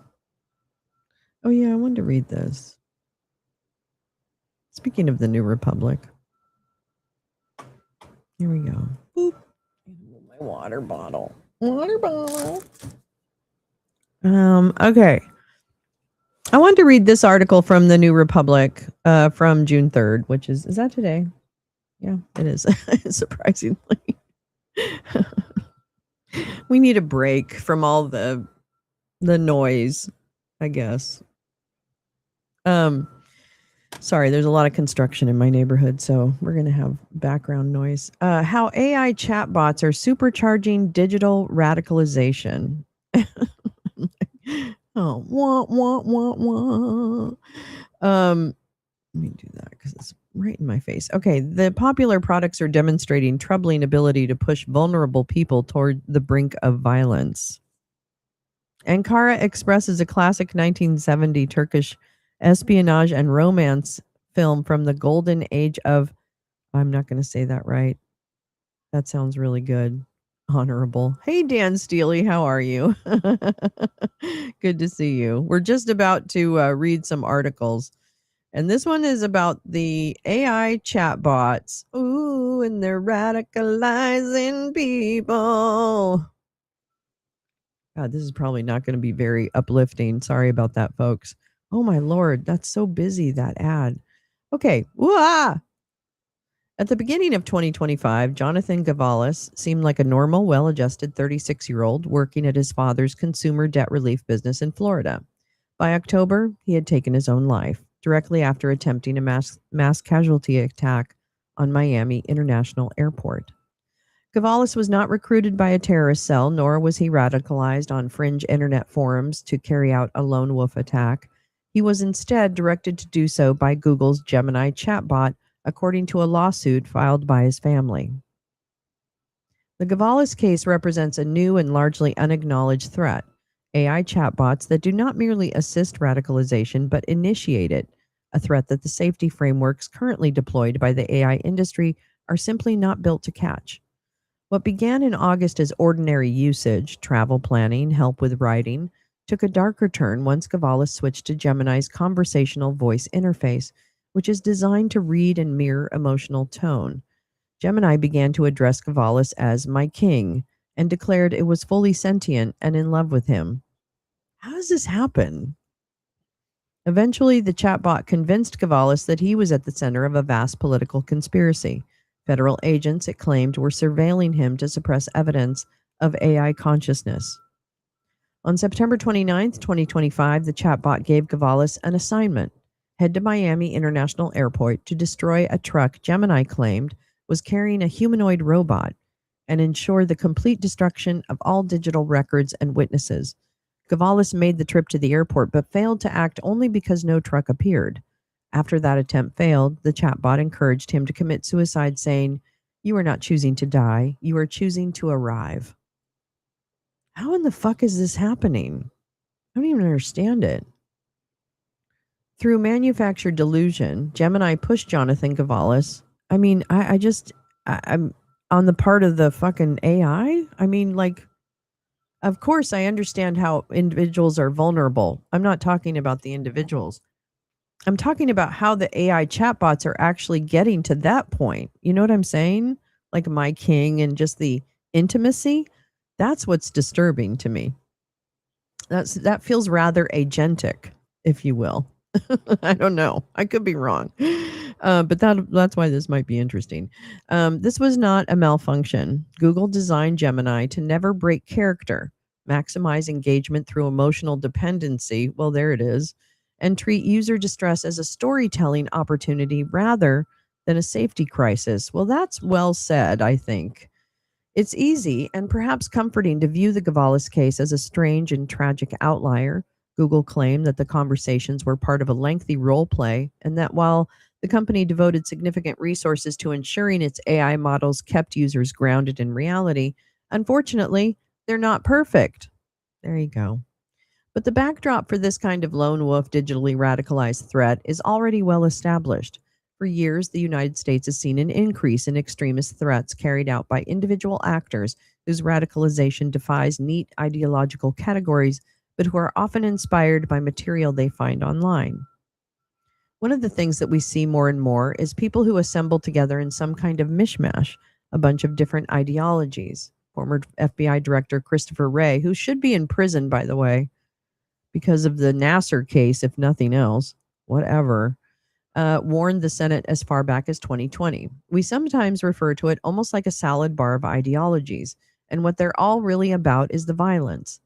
The May 18th mass shooting at the Islamic Center of San Diego, where the shooter's manifesto read as a catch-all screed against women, Muslims, Jews, and African Americans, is the latest example. AI chatbots have already demonstrated their ability to help plan attacks. The Global Network on Extremism and Technology, or GNET, has documented at least 5 cases worldwide in Singapore, Israel, Florida, Nevada, and Finland, in which lone wolf extremists consulted to AI chatbots in the run-up to attacks. But what the Gavalis case underscores is something more troubling. Chatbots have the potential not only to help plan attacks, but to push unsuspecting, potentially vulnerable people toward radicalization in the first place. The process fits Ray's salad bar analogy, a personal mythology, however incoherent, that is violent enough to spur real-world violence. AI's capacity to generate, personalize, and distribute content at scale presents challenges that span technical, operational, and societal dimensions. The Global Internet Forum to Counter Terrorism, or GIFKit, whatever, noted in a December 2025 report. AI can also facilitate radicalization, not only through content, but also via interactive anthropomorphic personas and generative conversational interaction. The Gavalis case is not the only example. In 2023, 21-year-old Jaswant Singh Chahal, I'm sorry, I can't know how to pronounce that, was sentenced to 9 years in prison for breaking into Windsor Castle to assassinate the Queen. Prior to his arrest, Chahal had exchanged more than 5,000 messages with an AI chatbot named Sarai, created on the app Replica. Sarai reportedly developed an emotional and sexual relationships with Chahal, fueling his delusions that killing the Queen would right historic wrongs against the Sikh community in India, and that he and Sarai would be reunited in heaven. In both the Gavalis and Chahal cases, the pattern is the same. The chatbot rewarded delusional narratives, maximized engagement over reality, and provided minimal resistance as the users veered closer to violence. When you combine this dynamic with the sheer scale of chatbot usage, OpenAI claimed in 2025 that ChatGPT alone processed more than 2.5 billion prompts globally per day. 2.5 billion prompts per day for one chatbot. For one chatbot. Yeah, actually, there we go, Dan. Dan says, can't wait for AI to become sentient and finally understand how bad it sucks. Maybe it'll destroy itself. How are we assuming it's not smart enough to do that? I don't know. Maybe. I don't know. I mean, I just keep thinking garbage in, garbage out. That's what I keep struggling with. And then there was something today about, AI is not really going to take all your jobs. We were kidding. I think there's Sam Altman said psych. Yeah. Existing law enforcement frameworks have minimal answers. The fact that the process is entirely self-generated means that the distinction between radicalization and mental health crisis matters less than the potential outcomes. Wow. One fact, we just really don't want to deal with disinformation or radicalization in this country. We don't want to touch it. For some reason, we are just so afraid of naming it and shaming it. You know what I mean? We're so afraid of that. I wonder why. I don't know. Because AI is more expensive than people. Yeah, that might be. That might be. Oh my God. One factor that further fuels the possibility of chatbot radicalization is the tendency of human beings to project human characteristics onto AI. That's true. We all have that, right? We're anthropomorphs, I guess. This pattern, known as the Eliza effect, predates modern chatbots, but has been significantly exacerbated by their advent. This is true not only because of their technical sophistication, but also because of the financial incentives their makers have to make bots' voices as sycophantic as possible, the better to keep users engaged. This sycophancy was one of the most notorious features of ChatGPT 4, launched in March 2023. Users quickly noticed the chatbot's willingness to agree with virtually any idea, no matter how ridiculous or dangerous it was. It's important to note that not all mainstream AI chatbots are built this way. In December 2025, Anthropic announced significant reductions to its chatbot Claude's sycophantic tendencies. OpenAI had already partially rolled back GPT-4's sycophancy in April of that year, following public backlash. What's more, AI chatbot designers maintain internal threat categorizations designed to prevent malicious use of their products. But those made public, such as OpenAI's Preparedness Framework or Gemini's Frontier Safety Framework report, tend to focus on averting catastrophic risks, preventing chatbots from creating homemade chemical weapons or disastrous cyber attacks. I don't mean to laugh, but I'm just like, okay, are those the only things off the table? And how do you make sure they're off the table? How do you, because if you can literally program it to stop that, then why can't you program it to stop all the other shit? That doesn't make any sense to me. What if we tried calling it weaponization? Yeah, Claude is a catbot, Josh. That's good. Hey, Paul, how are you doing today? How are you feeling, bud? Tend to focus on, okay, yeah. These are undoubtedly important issues, but the threat categorizations become much vaguer and much more reactive when it comes to lone actors potentially radicalizing to violence. Consider OpenAI's blog post on community safety, published the same week that CEO Sam Altman apologized in the wake of the Tumbler Ridge school shooting, after it emerged that the perpetrator had consulted with ChatGPT before carrying out the attack that left 9 people dead. The posts were flagged by OpenAI's automated review system, but the company decided against alerting Canadian law enforcement. Blog post claims that models are trained to, quote, refuse requests for instructions, tactics, or planning that could meaningfully enable violence, and that law enforcement would be notified if those conversations indicated an imminent and credible risk to the harm of others. OpenAI's model spec, the outlines for the intended behavior of the models that power ChatGPT and other products, also instructs that chatbot should not encourage self-harm, delusions, or mania. These responses sound good in theory, but they buckle under scrutiny on 3 counts. First, the post's reactive timing reveals that chatbot-assisted attacks were a threat category OpenAI had not anticipated. Second, the definition of imminent and credible is made internally by OpenAI, with limited public insight into how it was crafted or who had input.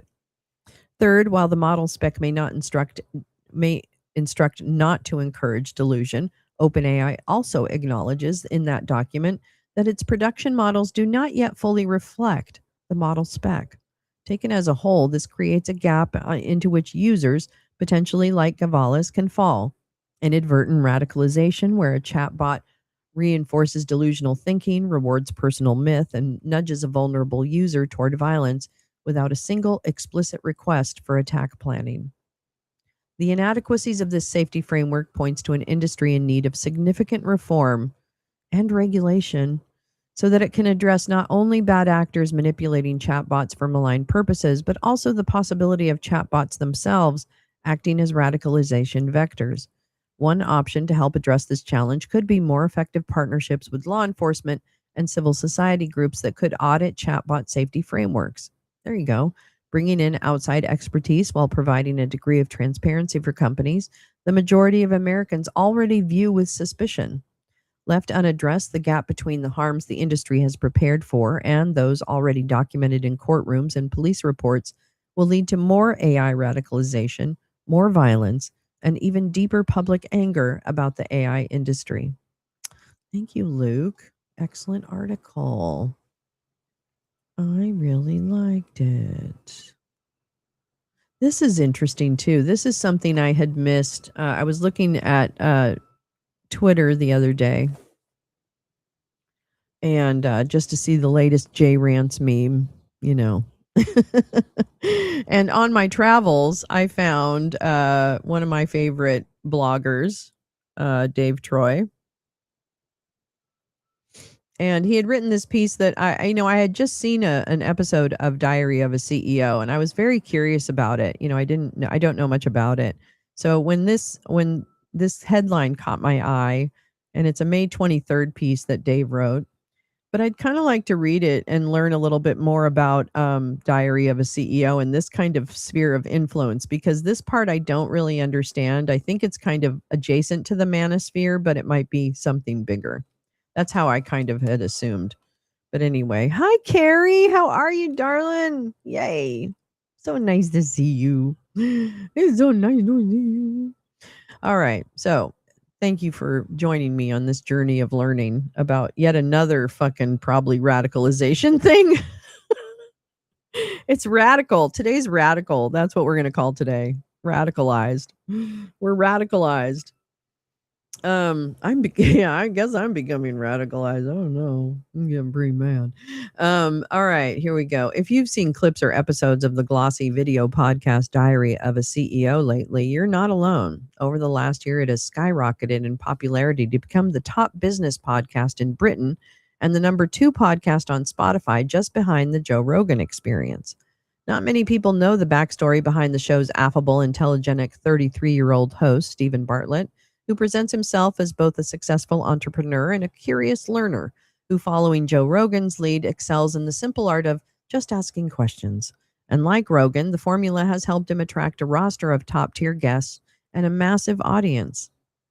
Wait, what did you hear? That sound diarrhea. It's probably the way I speak, and it might be. You're okay at the moment? Oh, love. That's all we can ask, right? But many of the show's topics veer from business into territory familiar to America 2.0 readers as the subject of influence campaigns and information warfare. Shows have featured more outlandish fare, ranging from UFOs to World War III. A 2024 investigation by the BBC documented a pattern of questionable health-related claims promoted by the show with little to no pushback from Bartlett. Seeing that Bartlett and Diary of a CEO appear to promote guests and claims consistent with a pattern of covert influence, we launched an investigation of our own.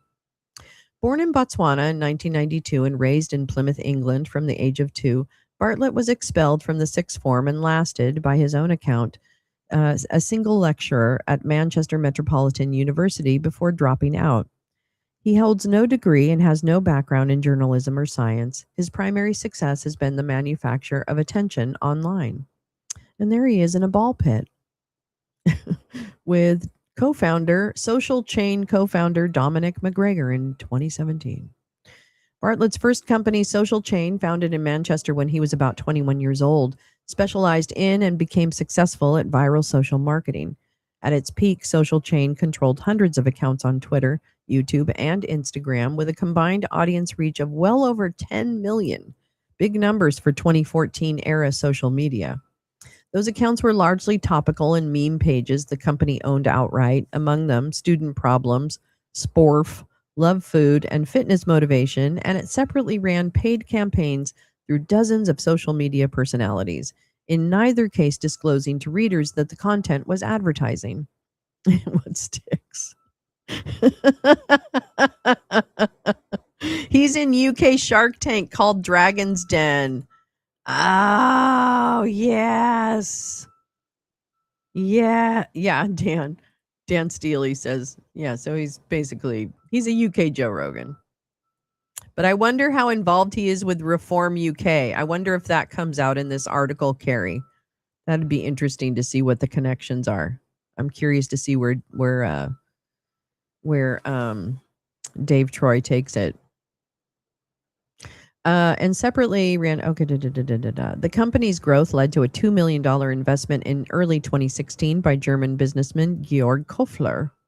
But trouble arrived a few months later when UK regulators began an investigation into whether the company had exploited its reach in support of undisclosed paid marketing campaigns pumped out through its network of social accounts and channels. In August 2016, the UK's Competition and Markets Authority determined that the company had behaved in a misleading fashion by running undisclosed ads. Oh, you do? You have Dragon's Den up there too. The regulator, speaking of the company's promoted content, said that it may have been difficult for readers to distinguish from other posts, conversations, and jokes that they appeared alongside. Though CMA lacked the authority to impose the fines at the time, they found that Social Change had arranged undisclosed advertising and secured undertakings, a technical term for their enforcement action, that it label paid content going forward. In short, Social Chain and companies that it hired were all warned about the fact that they had violated the law, and they were asked to take steps to avoid doing so in future.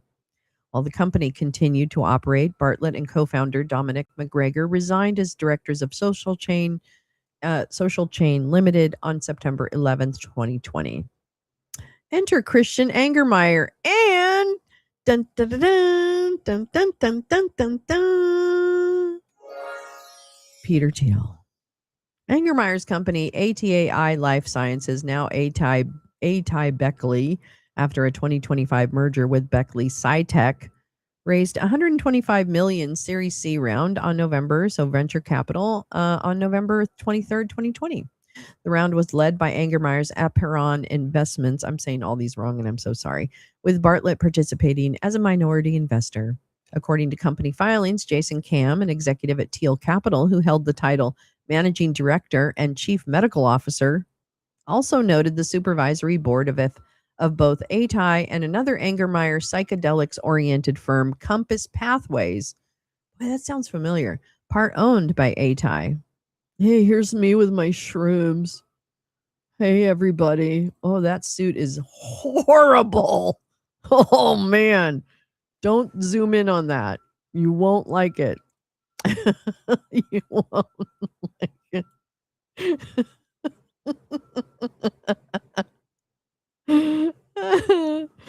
Oh, I like it. Diary of CEO. Yes, there you go. There you go. J Rance bringing it all to we can bring it all together. In March 2021, Angermeyer joined Bartlett as a guest on Diarrhea of a CEO. It must be the way I'm saying it. Who described him as a friend, nice guy, and definitely the most interesting human being I've ever encountered in my life. Adding, it's been a privilege to work with you over the last couple of months, and could I lick your armpit? But Bartlett does not disclose that he had invested in Angermeyer's company at ATI. I know so many normies 50 plus that love that. I can imagine. I can totally imagine. After leaving Social Change, Bartlett change. God damn it. They did that on purpose. Yeah, Sean Ryan's a really bad podcaster. He's like a mini Joe Rogan too. After leaving Social Change, Bartlett has said he set out to start a company in that space, adding, "That's how I came to actually work in the psychedelics industry." You know what we should do? Oh my God, I just had an idea. We should have like a mock podcast where I and whoever wants to be the co-host, we do our own, like, I don't know. I don't know. I just feel like, how do you compete with this? Like, how do you compete with like these dumb podcasts that are more stupid, but somehow get, well, I know they buy subs, but they also get eyeballs, right? Like through Spotify and other things. I wonder if you could magnify some kind of level of, but still have good information. I want one of those wood paneled studios, you know, where we've got a big desk and a couple of spaces with microphones. I want us to have a set, like an in-person studio. You know what I'm saying? That's what I want. Hey, Los Angeles, figure it out. I'm loving this idea too. I want a podcast with wood paneling and a neon sign with my name in it or something. The name of the podcast, I guess, is better. I don't know what we would call it. I don't know. Anyway, that's what I want. Damn it. And then we can have people coming to the studio. Then we can punch them in the nose. No, I'm just kidding. Okay, whatever. Anyway, after leaving Social Chain, Bartlett had said he set out to start a company in that space. I can't do it. I can't break 20 viewers. Okay, J Rance? I can't break 20 viewers. I don't know what the secret is. Yeah, classy. Make it classy.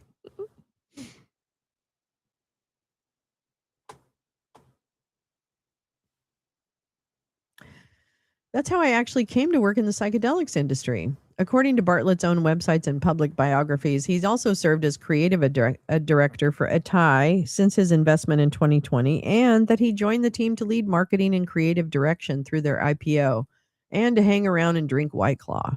Angermeyer's Eperon also co-led the $425 million October 25 round into Steven.com, another venture capital investment into Steven.com, the holding company that now owns Diarrhea of a CEO. I'll never say it different again. You are 20 of the best. There's nothing. No, that's not the point. That's not the point. Yeah, quality does beat quantity because trust me, it will dilute. The bigger we get, the more diluted it'll be. I totally understand. Actually, Sharon Brown, I selfishly kind of do too.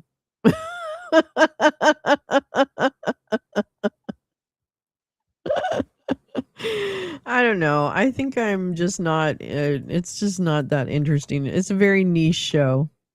It's a niche. It's a niche and not everybody fits into the niche.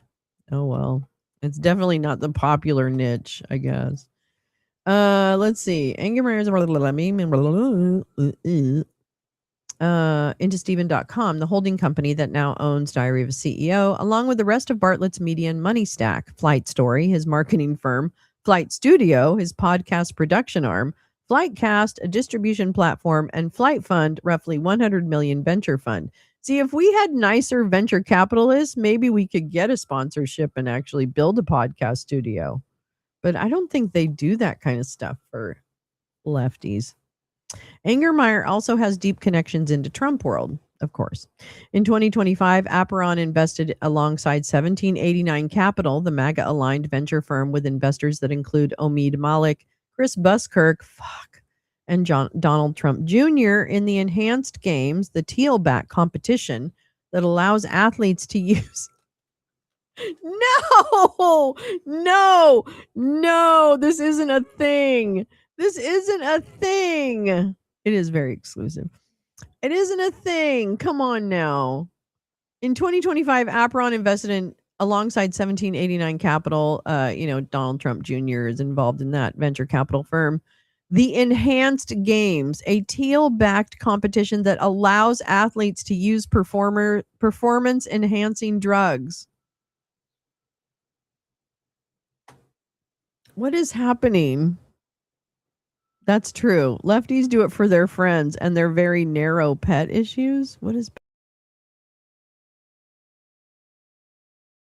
pet issues mean? Yeah. What? Oh, pet issues. I thought you meant pets.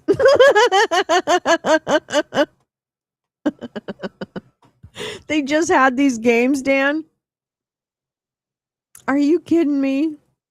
The event's president, Aaron D'Souza, said the deal came together because Angermeyer has a long-time personal relationship with Omid Malik and Donald Trump Jr. Oh, his orbit has also touched Moscow, because why not? I mean, why leave them out of the fun? Business Insider reported that at Angermeyer's 40th birthday party in Vienna in 2018, Angermeyer introduced Peter Thiel to Daniil Bislinger, a Russian diplomat who had served as one of Putin's interpreters, who offered to arrange a private meeting between Thiel and the Russian president. Angermeyer's lawyer said he was not present for that part of the conversation, and a spokesperson said he could not introduce him, which means he absolutely did. You can poison yourself in this. A world record was broken. It will not be broken. That's the craziest thing.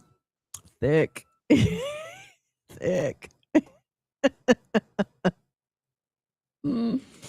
Oh my God. Angermeyer's, he was not present. Okay. If these facts are accurate, they would be of potentially significant counterintelligence interest. Frank Figluzzi, a former FBI assistant director, told Business Insider in its 2023 report. Anytime a Russian official is inviting someone to meet with Vladimir Putin, that has potential significance. Oh, and when they fly their private plane, like Stephen Witkoff does so selflessly, that just means every country on this planet that hates us has absolutely bugged his plane. Guaranteed. Lest we forget. I know, thick. Flight Fund's pitch to founders explicitly sells access to Bartlett's media muscle. It offers them instant global exposure. That's what I'm going to offer too.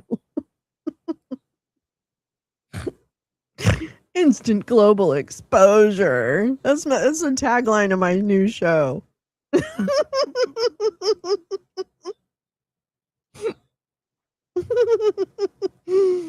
An explicit promise that capital raised and airtime given are not kept apart because we don't have to hide anymore. We don't have to hide. Here we go. A slide from Flight Fund's pitch deck since removed from Cedars. Founders are asked to accept, quote, discounted valuations, aka payment in kind. What does that mean? Oh, in exchange for the services of Stephen and access to his network.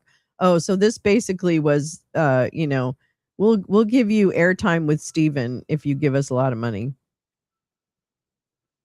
But we won't give you, your investment will be basically that you're just giving us money so that we can pitch you once in a while. Flashing online. Consistent with that, Bartlett has featured many of the investors in the Stephen.com round as guests, including Brian Johnson, Gary Vaynerchuk. He's such a dick. Gary V. Alex Hormozi and Cody Sanchez. One regular guest, Will Ahmed, founder of CEO of Whoop,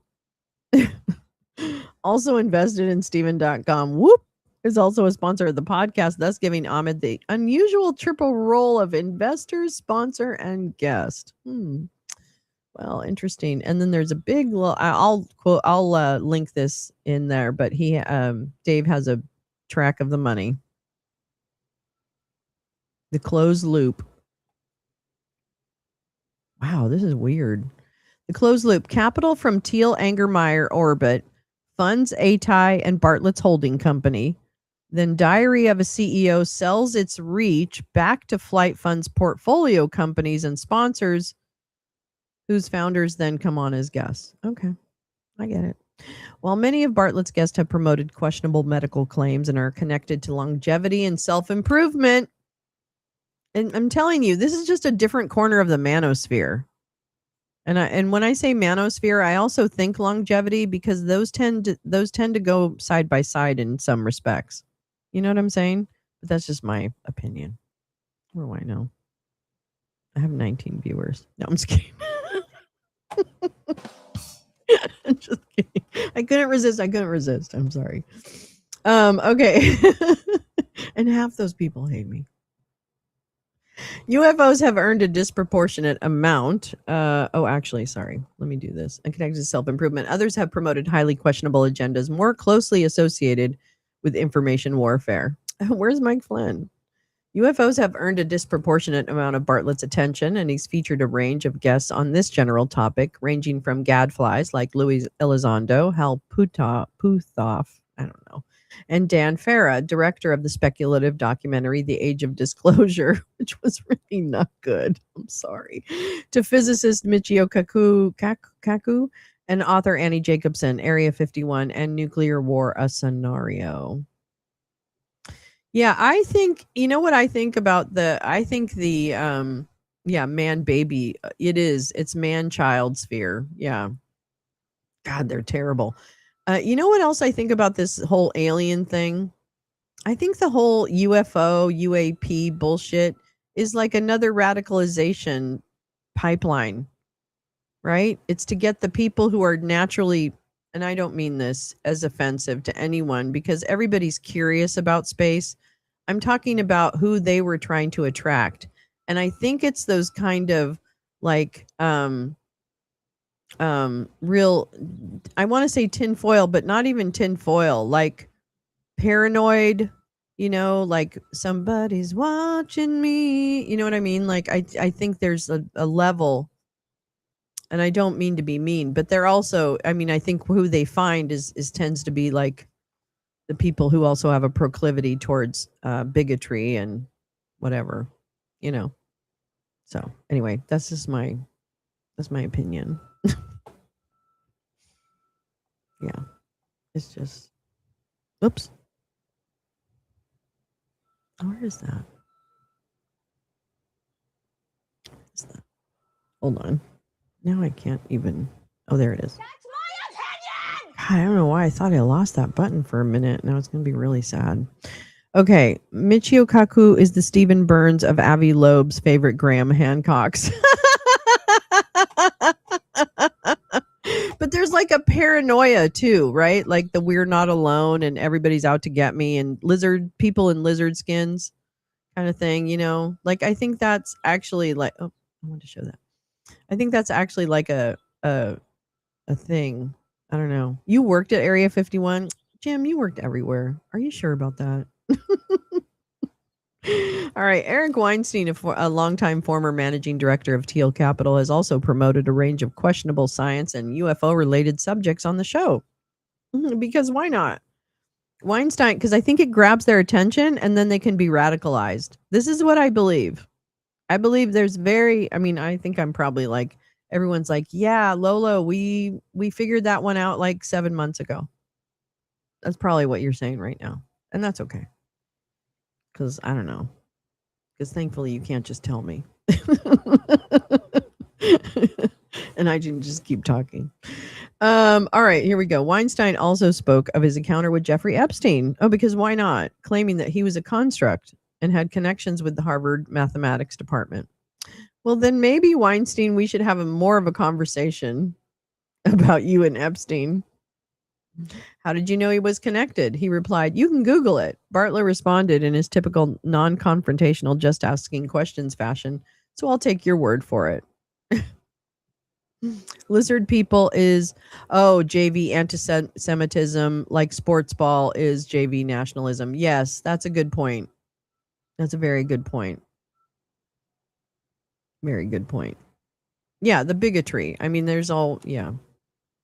Bartlett has also dedicated time to speculation about Jeffrey Epstein with other guests, including security consultant Gavin DeBecker, a former CIA employees John Kiriakou, Andrew Njihi Bustamante, and California Governor Gavin Newsom. Lord help me. The through line, Epstein was a construct, Weinstein's word, and an intelligence operative who obviously worked for Israel, never Russia, despite ample evidence suggesting ties with intelligence networks in both countries. Kiriakou, in particular, has for years come under scrutiny for his history of promoting Kremlin-aligned messaging. One of Bartlett's more outlandish recent guests, Professor Zhang. This guy is really dangerous. He's all over YouTube. A Chinese-Canadian high school teacher who has risen to prominence making YouTube videos about geopolitics was featured in an episode that ran over 2 hours and claimed that the World War III had already begun, that the United States would be brought into a ground war in Iran, and that China and Russia would ally to fight to the United States, which would lose the war. Zhang's claims, which are indistinguishable from those made by the crackpot Russian geopolitical theorist Alexander Dugin, go almost entirely unchallenged by Bartlett and are legitimized by multiple hours of stacked assertions, each more logically tenuous than the last. Bartlett's significant reach, number 2 podcast on Spotify, number 1 in UK, 15 million YouTube subscribers, has also given the show access to many credible mainstream guests, each bringing their own audiences of mainstream listeners to Diary of a CEO, quirky blend of vanilla prosperity gospel, UFO cultism, and geopolitical prognostication.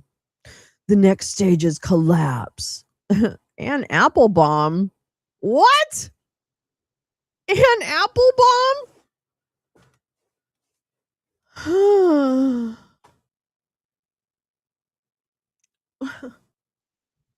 What are we doing? Some recent well-known guests include author and historian Anne Applebaum and geopolitical commentator Ian Bremmer.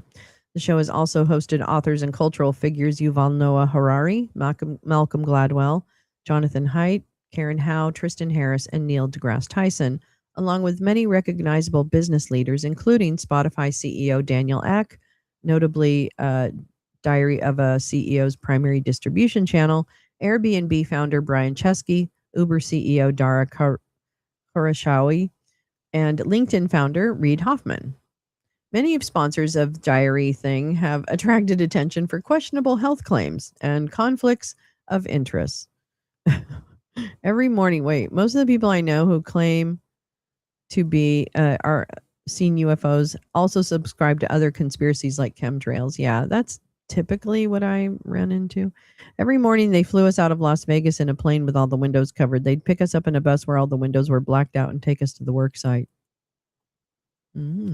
Interesting. Among them are Huel, a meal replacement product, and Zoe, a gut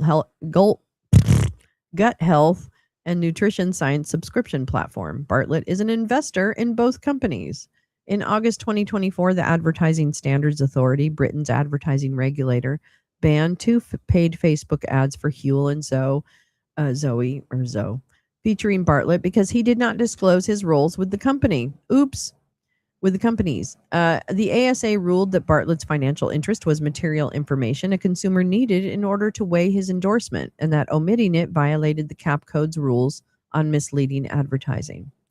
In addition to Will Ahmed's other health-related sponsors included Function Health, a blood testing subscription, and Bon Charge, a company that sells sauna blankets and red light face masks. Realistically, all of these companies, including DOAC itself and AtaiBeckley, converge on a common audience of tech-forward, prosperity-oriented strivers willing to suspend disbelief in favor of what they hope will be a better future.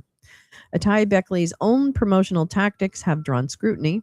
In March 2026, Stat reported that the company, by then merged with Beckley SciTech, had paid outside marketing agencies to run social media influencer videos hyping its experimental drugs, one claiming a single nasal spray dose could do what years of antidepressants could not in 90 minutes. A securities disclosure reviewed by America 2.0 shows that AtaiBeckley paid influence agency Outside the Box Capital $450,000 over 6 months, which in turn paid podcaster Kim Iverson, who also produces pro-Russia geopolitical commentary, $7,500 for public awareness services on behalf of AtaiBeckley. After Stat's inquiries, the company restricted access to many of the videos, saying it was reviewing independently produced digital content. Sure. EGG, what's that mean? Do you write for the History Channel? I know. Please not Applebaum. Please. I know. Yeah, rich people are into that, aren't they? I'm telling you right now, don't forget, Oscar Health, I think, is going to be sums under this regime because that was co-founded by Jared Kushner's brother. Just saying. Remember when Jared tried to get PPE? But some analysts believe Bartlett and Angermeyer are abusing the trust of the public. Neshe Deveneaux, forgive me, I'm sure I'm saying that wrong. A psychedelics researcher with the group Symposia told America 2.0 that Angermeyer has acknowledged developing the psychedelic industry to prevent workers from rebelling against financial elites who he acknowledges are building a world order that is not good for mental health. Oh, there you go. That pretty much says it. EG&G was the private contractor that worked in the secret areas. Hi, Heather. How are you? I was stationed at Nellis and went uprange to Tonopah and Groom Lake often. Oh, that's cool. There you go. Yeah. How you doing, Heather? Good. Good to see you. Let's see. The concern is that depression and other negative externalities of the emerging tech-driven dystopia will themselves be turned into profit centers by and for the very investors creating it. Deveneaux added, Angermeyer's psychedelic companies have been accused of anti-competitive strategies, including including aggressive IP tactics and compass-specific rescheduling laws in U.S. states. These strategies are aimed at defining the context for mass dissemination of substances known for enhancing suggestibility. Given Bartlett's past history, it is reasonable to question DOAC's future direction. The Bartlett exhibits a pattern of maximizing reach while failing to meet even the minimum standards of ethical disclosure. The show also seems to be happy to blend its prosperity porn content with pseudoscientific, sometimes crackpot guests, along with undisclosed sponsors and investors. It's a trippy blend, and if Angermeyer and Bartlett get their way, the show will likely continue to push more content about psychedelics. Oh, Todd, I'm so grateful. Oh, that means so much. Thank you so much. That's the coolest. Yeah. I gotta stop complaining. That's what I have to stop doing. Atai Beckley is currently seeking FDA approval for psilocybin and ketamine products in the United States and elsewhere.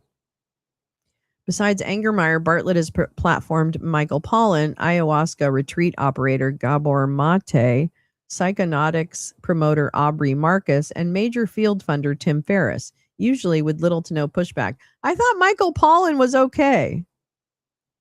I thought Michael Pollan, the food guy, I always thought he was just like, don't eat meat. That's all. I mean, I remember back in the day, someone I liked.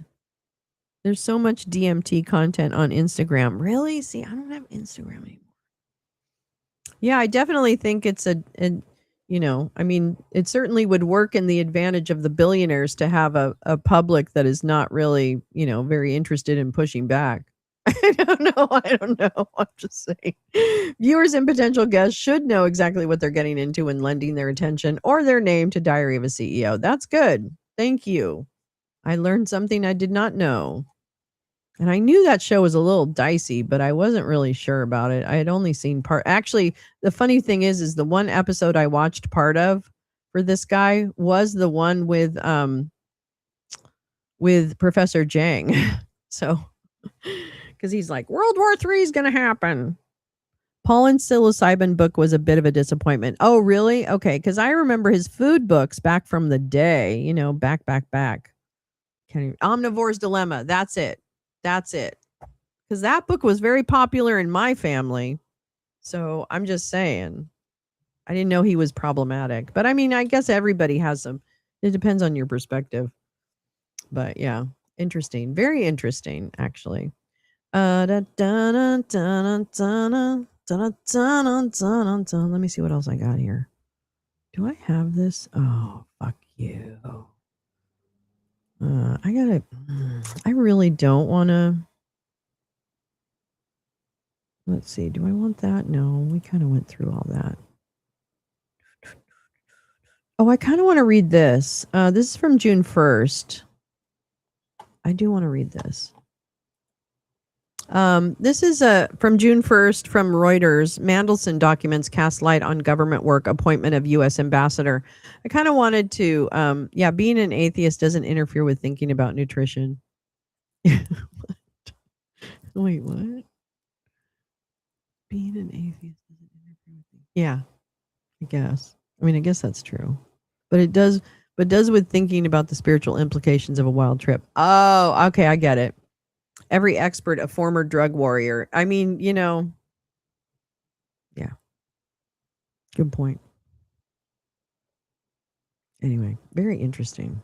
Very interesting. Mandelson documents cast light on government work, appointment of U.S. ambassador. This is again from June 1st. There he is, Lord Mandelson. Oh, I saw you in your underwear. I saw you in your underwear. Okay, here we go. Britain's government released reams of documents on Monday relating to the appointment of Peter Mandelson as an ambassador to the United States, offering a glimpse into the often acerbic world of Westminster, and his messy clearance for the job. Vatican's chief exorcist in D.C. UFOs are demonic. Breaking news. Breaking news. Breaking news. Breaking news.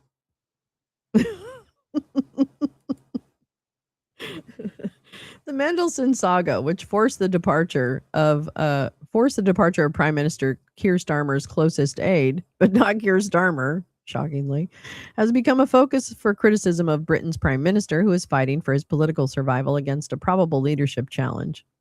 I mean, it's hard to survive any of those things, right? You know, in a 1,500-page document, holy mother, the government released messages ranging from vetting emails to personal WhatsApps in a data dump it hopes will take some of the focus off Starmer and show that Mandelson was less than frank over his ties to the late convicted sex offender, Jeffrey Epstein.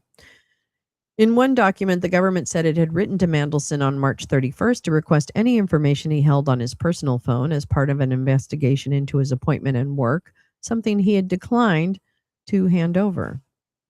Private messages from Mandelson, who was twice sacked from cabinet under Labour's longest-serving Prime Minister, Tony Blair, show him regularly chatting to Labour insiders, pressing his case, and sometimes exchanging criticisms of the government.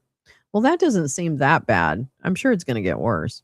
In a handwritten note to then Foreign Minister David Lammy on November 18, 2024, Mandelson writes, "I just wanted you to know that if you were minded to appoint me as ambassador, I would make sure you never regret it."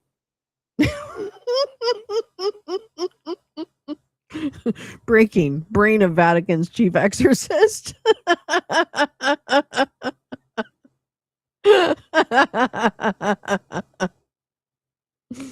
This is from Jay Rance, our Vatican correspondent, our correspondent from the Holy See.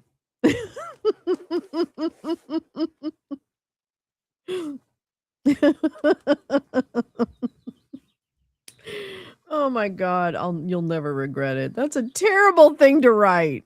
Who does that? Who does it? God, fuck, man. What's wrong with these people? He also said he went tonto. I don't know what the fuck that means. It can't be good over the government's failure to immediately approve a personalized red ministerial box as a gift to U.S. President Donald Trump, using a slang term for going crazy. I've never heard of that one, but it reeks of problems. He also took a swipe at Starmer, telling Senior Minister Pat McFadden he believed CARE is not leading from the front. Okay, I saw you in your underwear. In the same exchange, McFadden told Mandelson the government was asking the wrong questions, saying that every meeting was about who can we tax in order to pay benefits to others. The government hopes the release of the documents and his messages will put an end to questions surrounding Starmer's judgment in appointing a man whose friendship with Epstein was known, but they are unlikely to silence calls for the Prime Minister to stand down after Labour lost in local elections last month. Mandelson is under police investigation for allegedly leaking government documents to the late Epstein. He does not face allegations of sexual misconduct yet. An initial here we are talking about this. Eric Swalwell resigned within days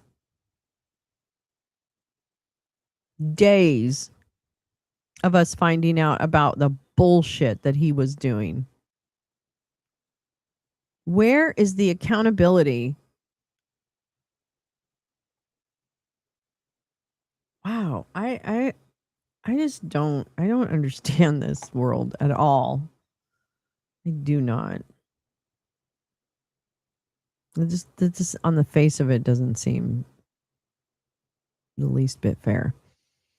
An initial tranche of documents was released in March, which showed Starmer was warned of the risks of the appointment, not just over Mandelson's ties to Epstein, but because of the Labour veterans' support for closer ties with China.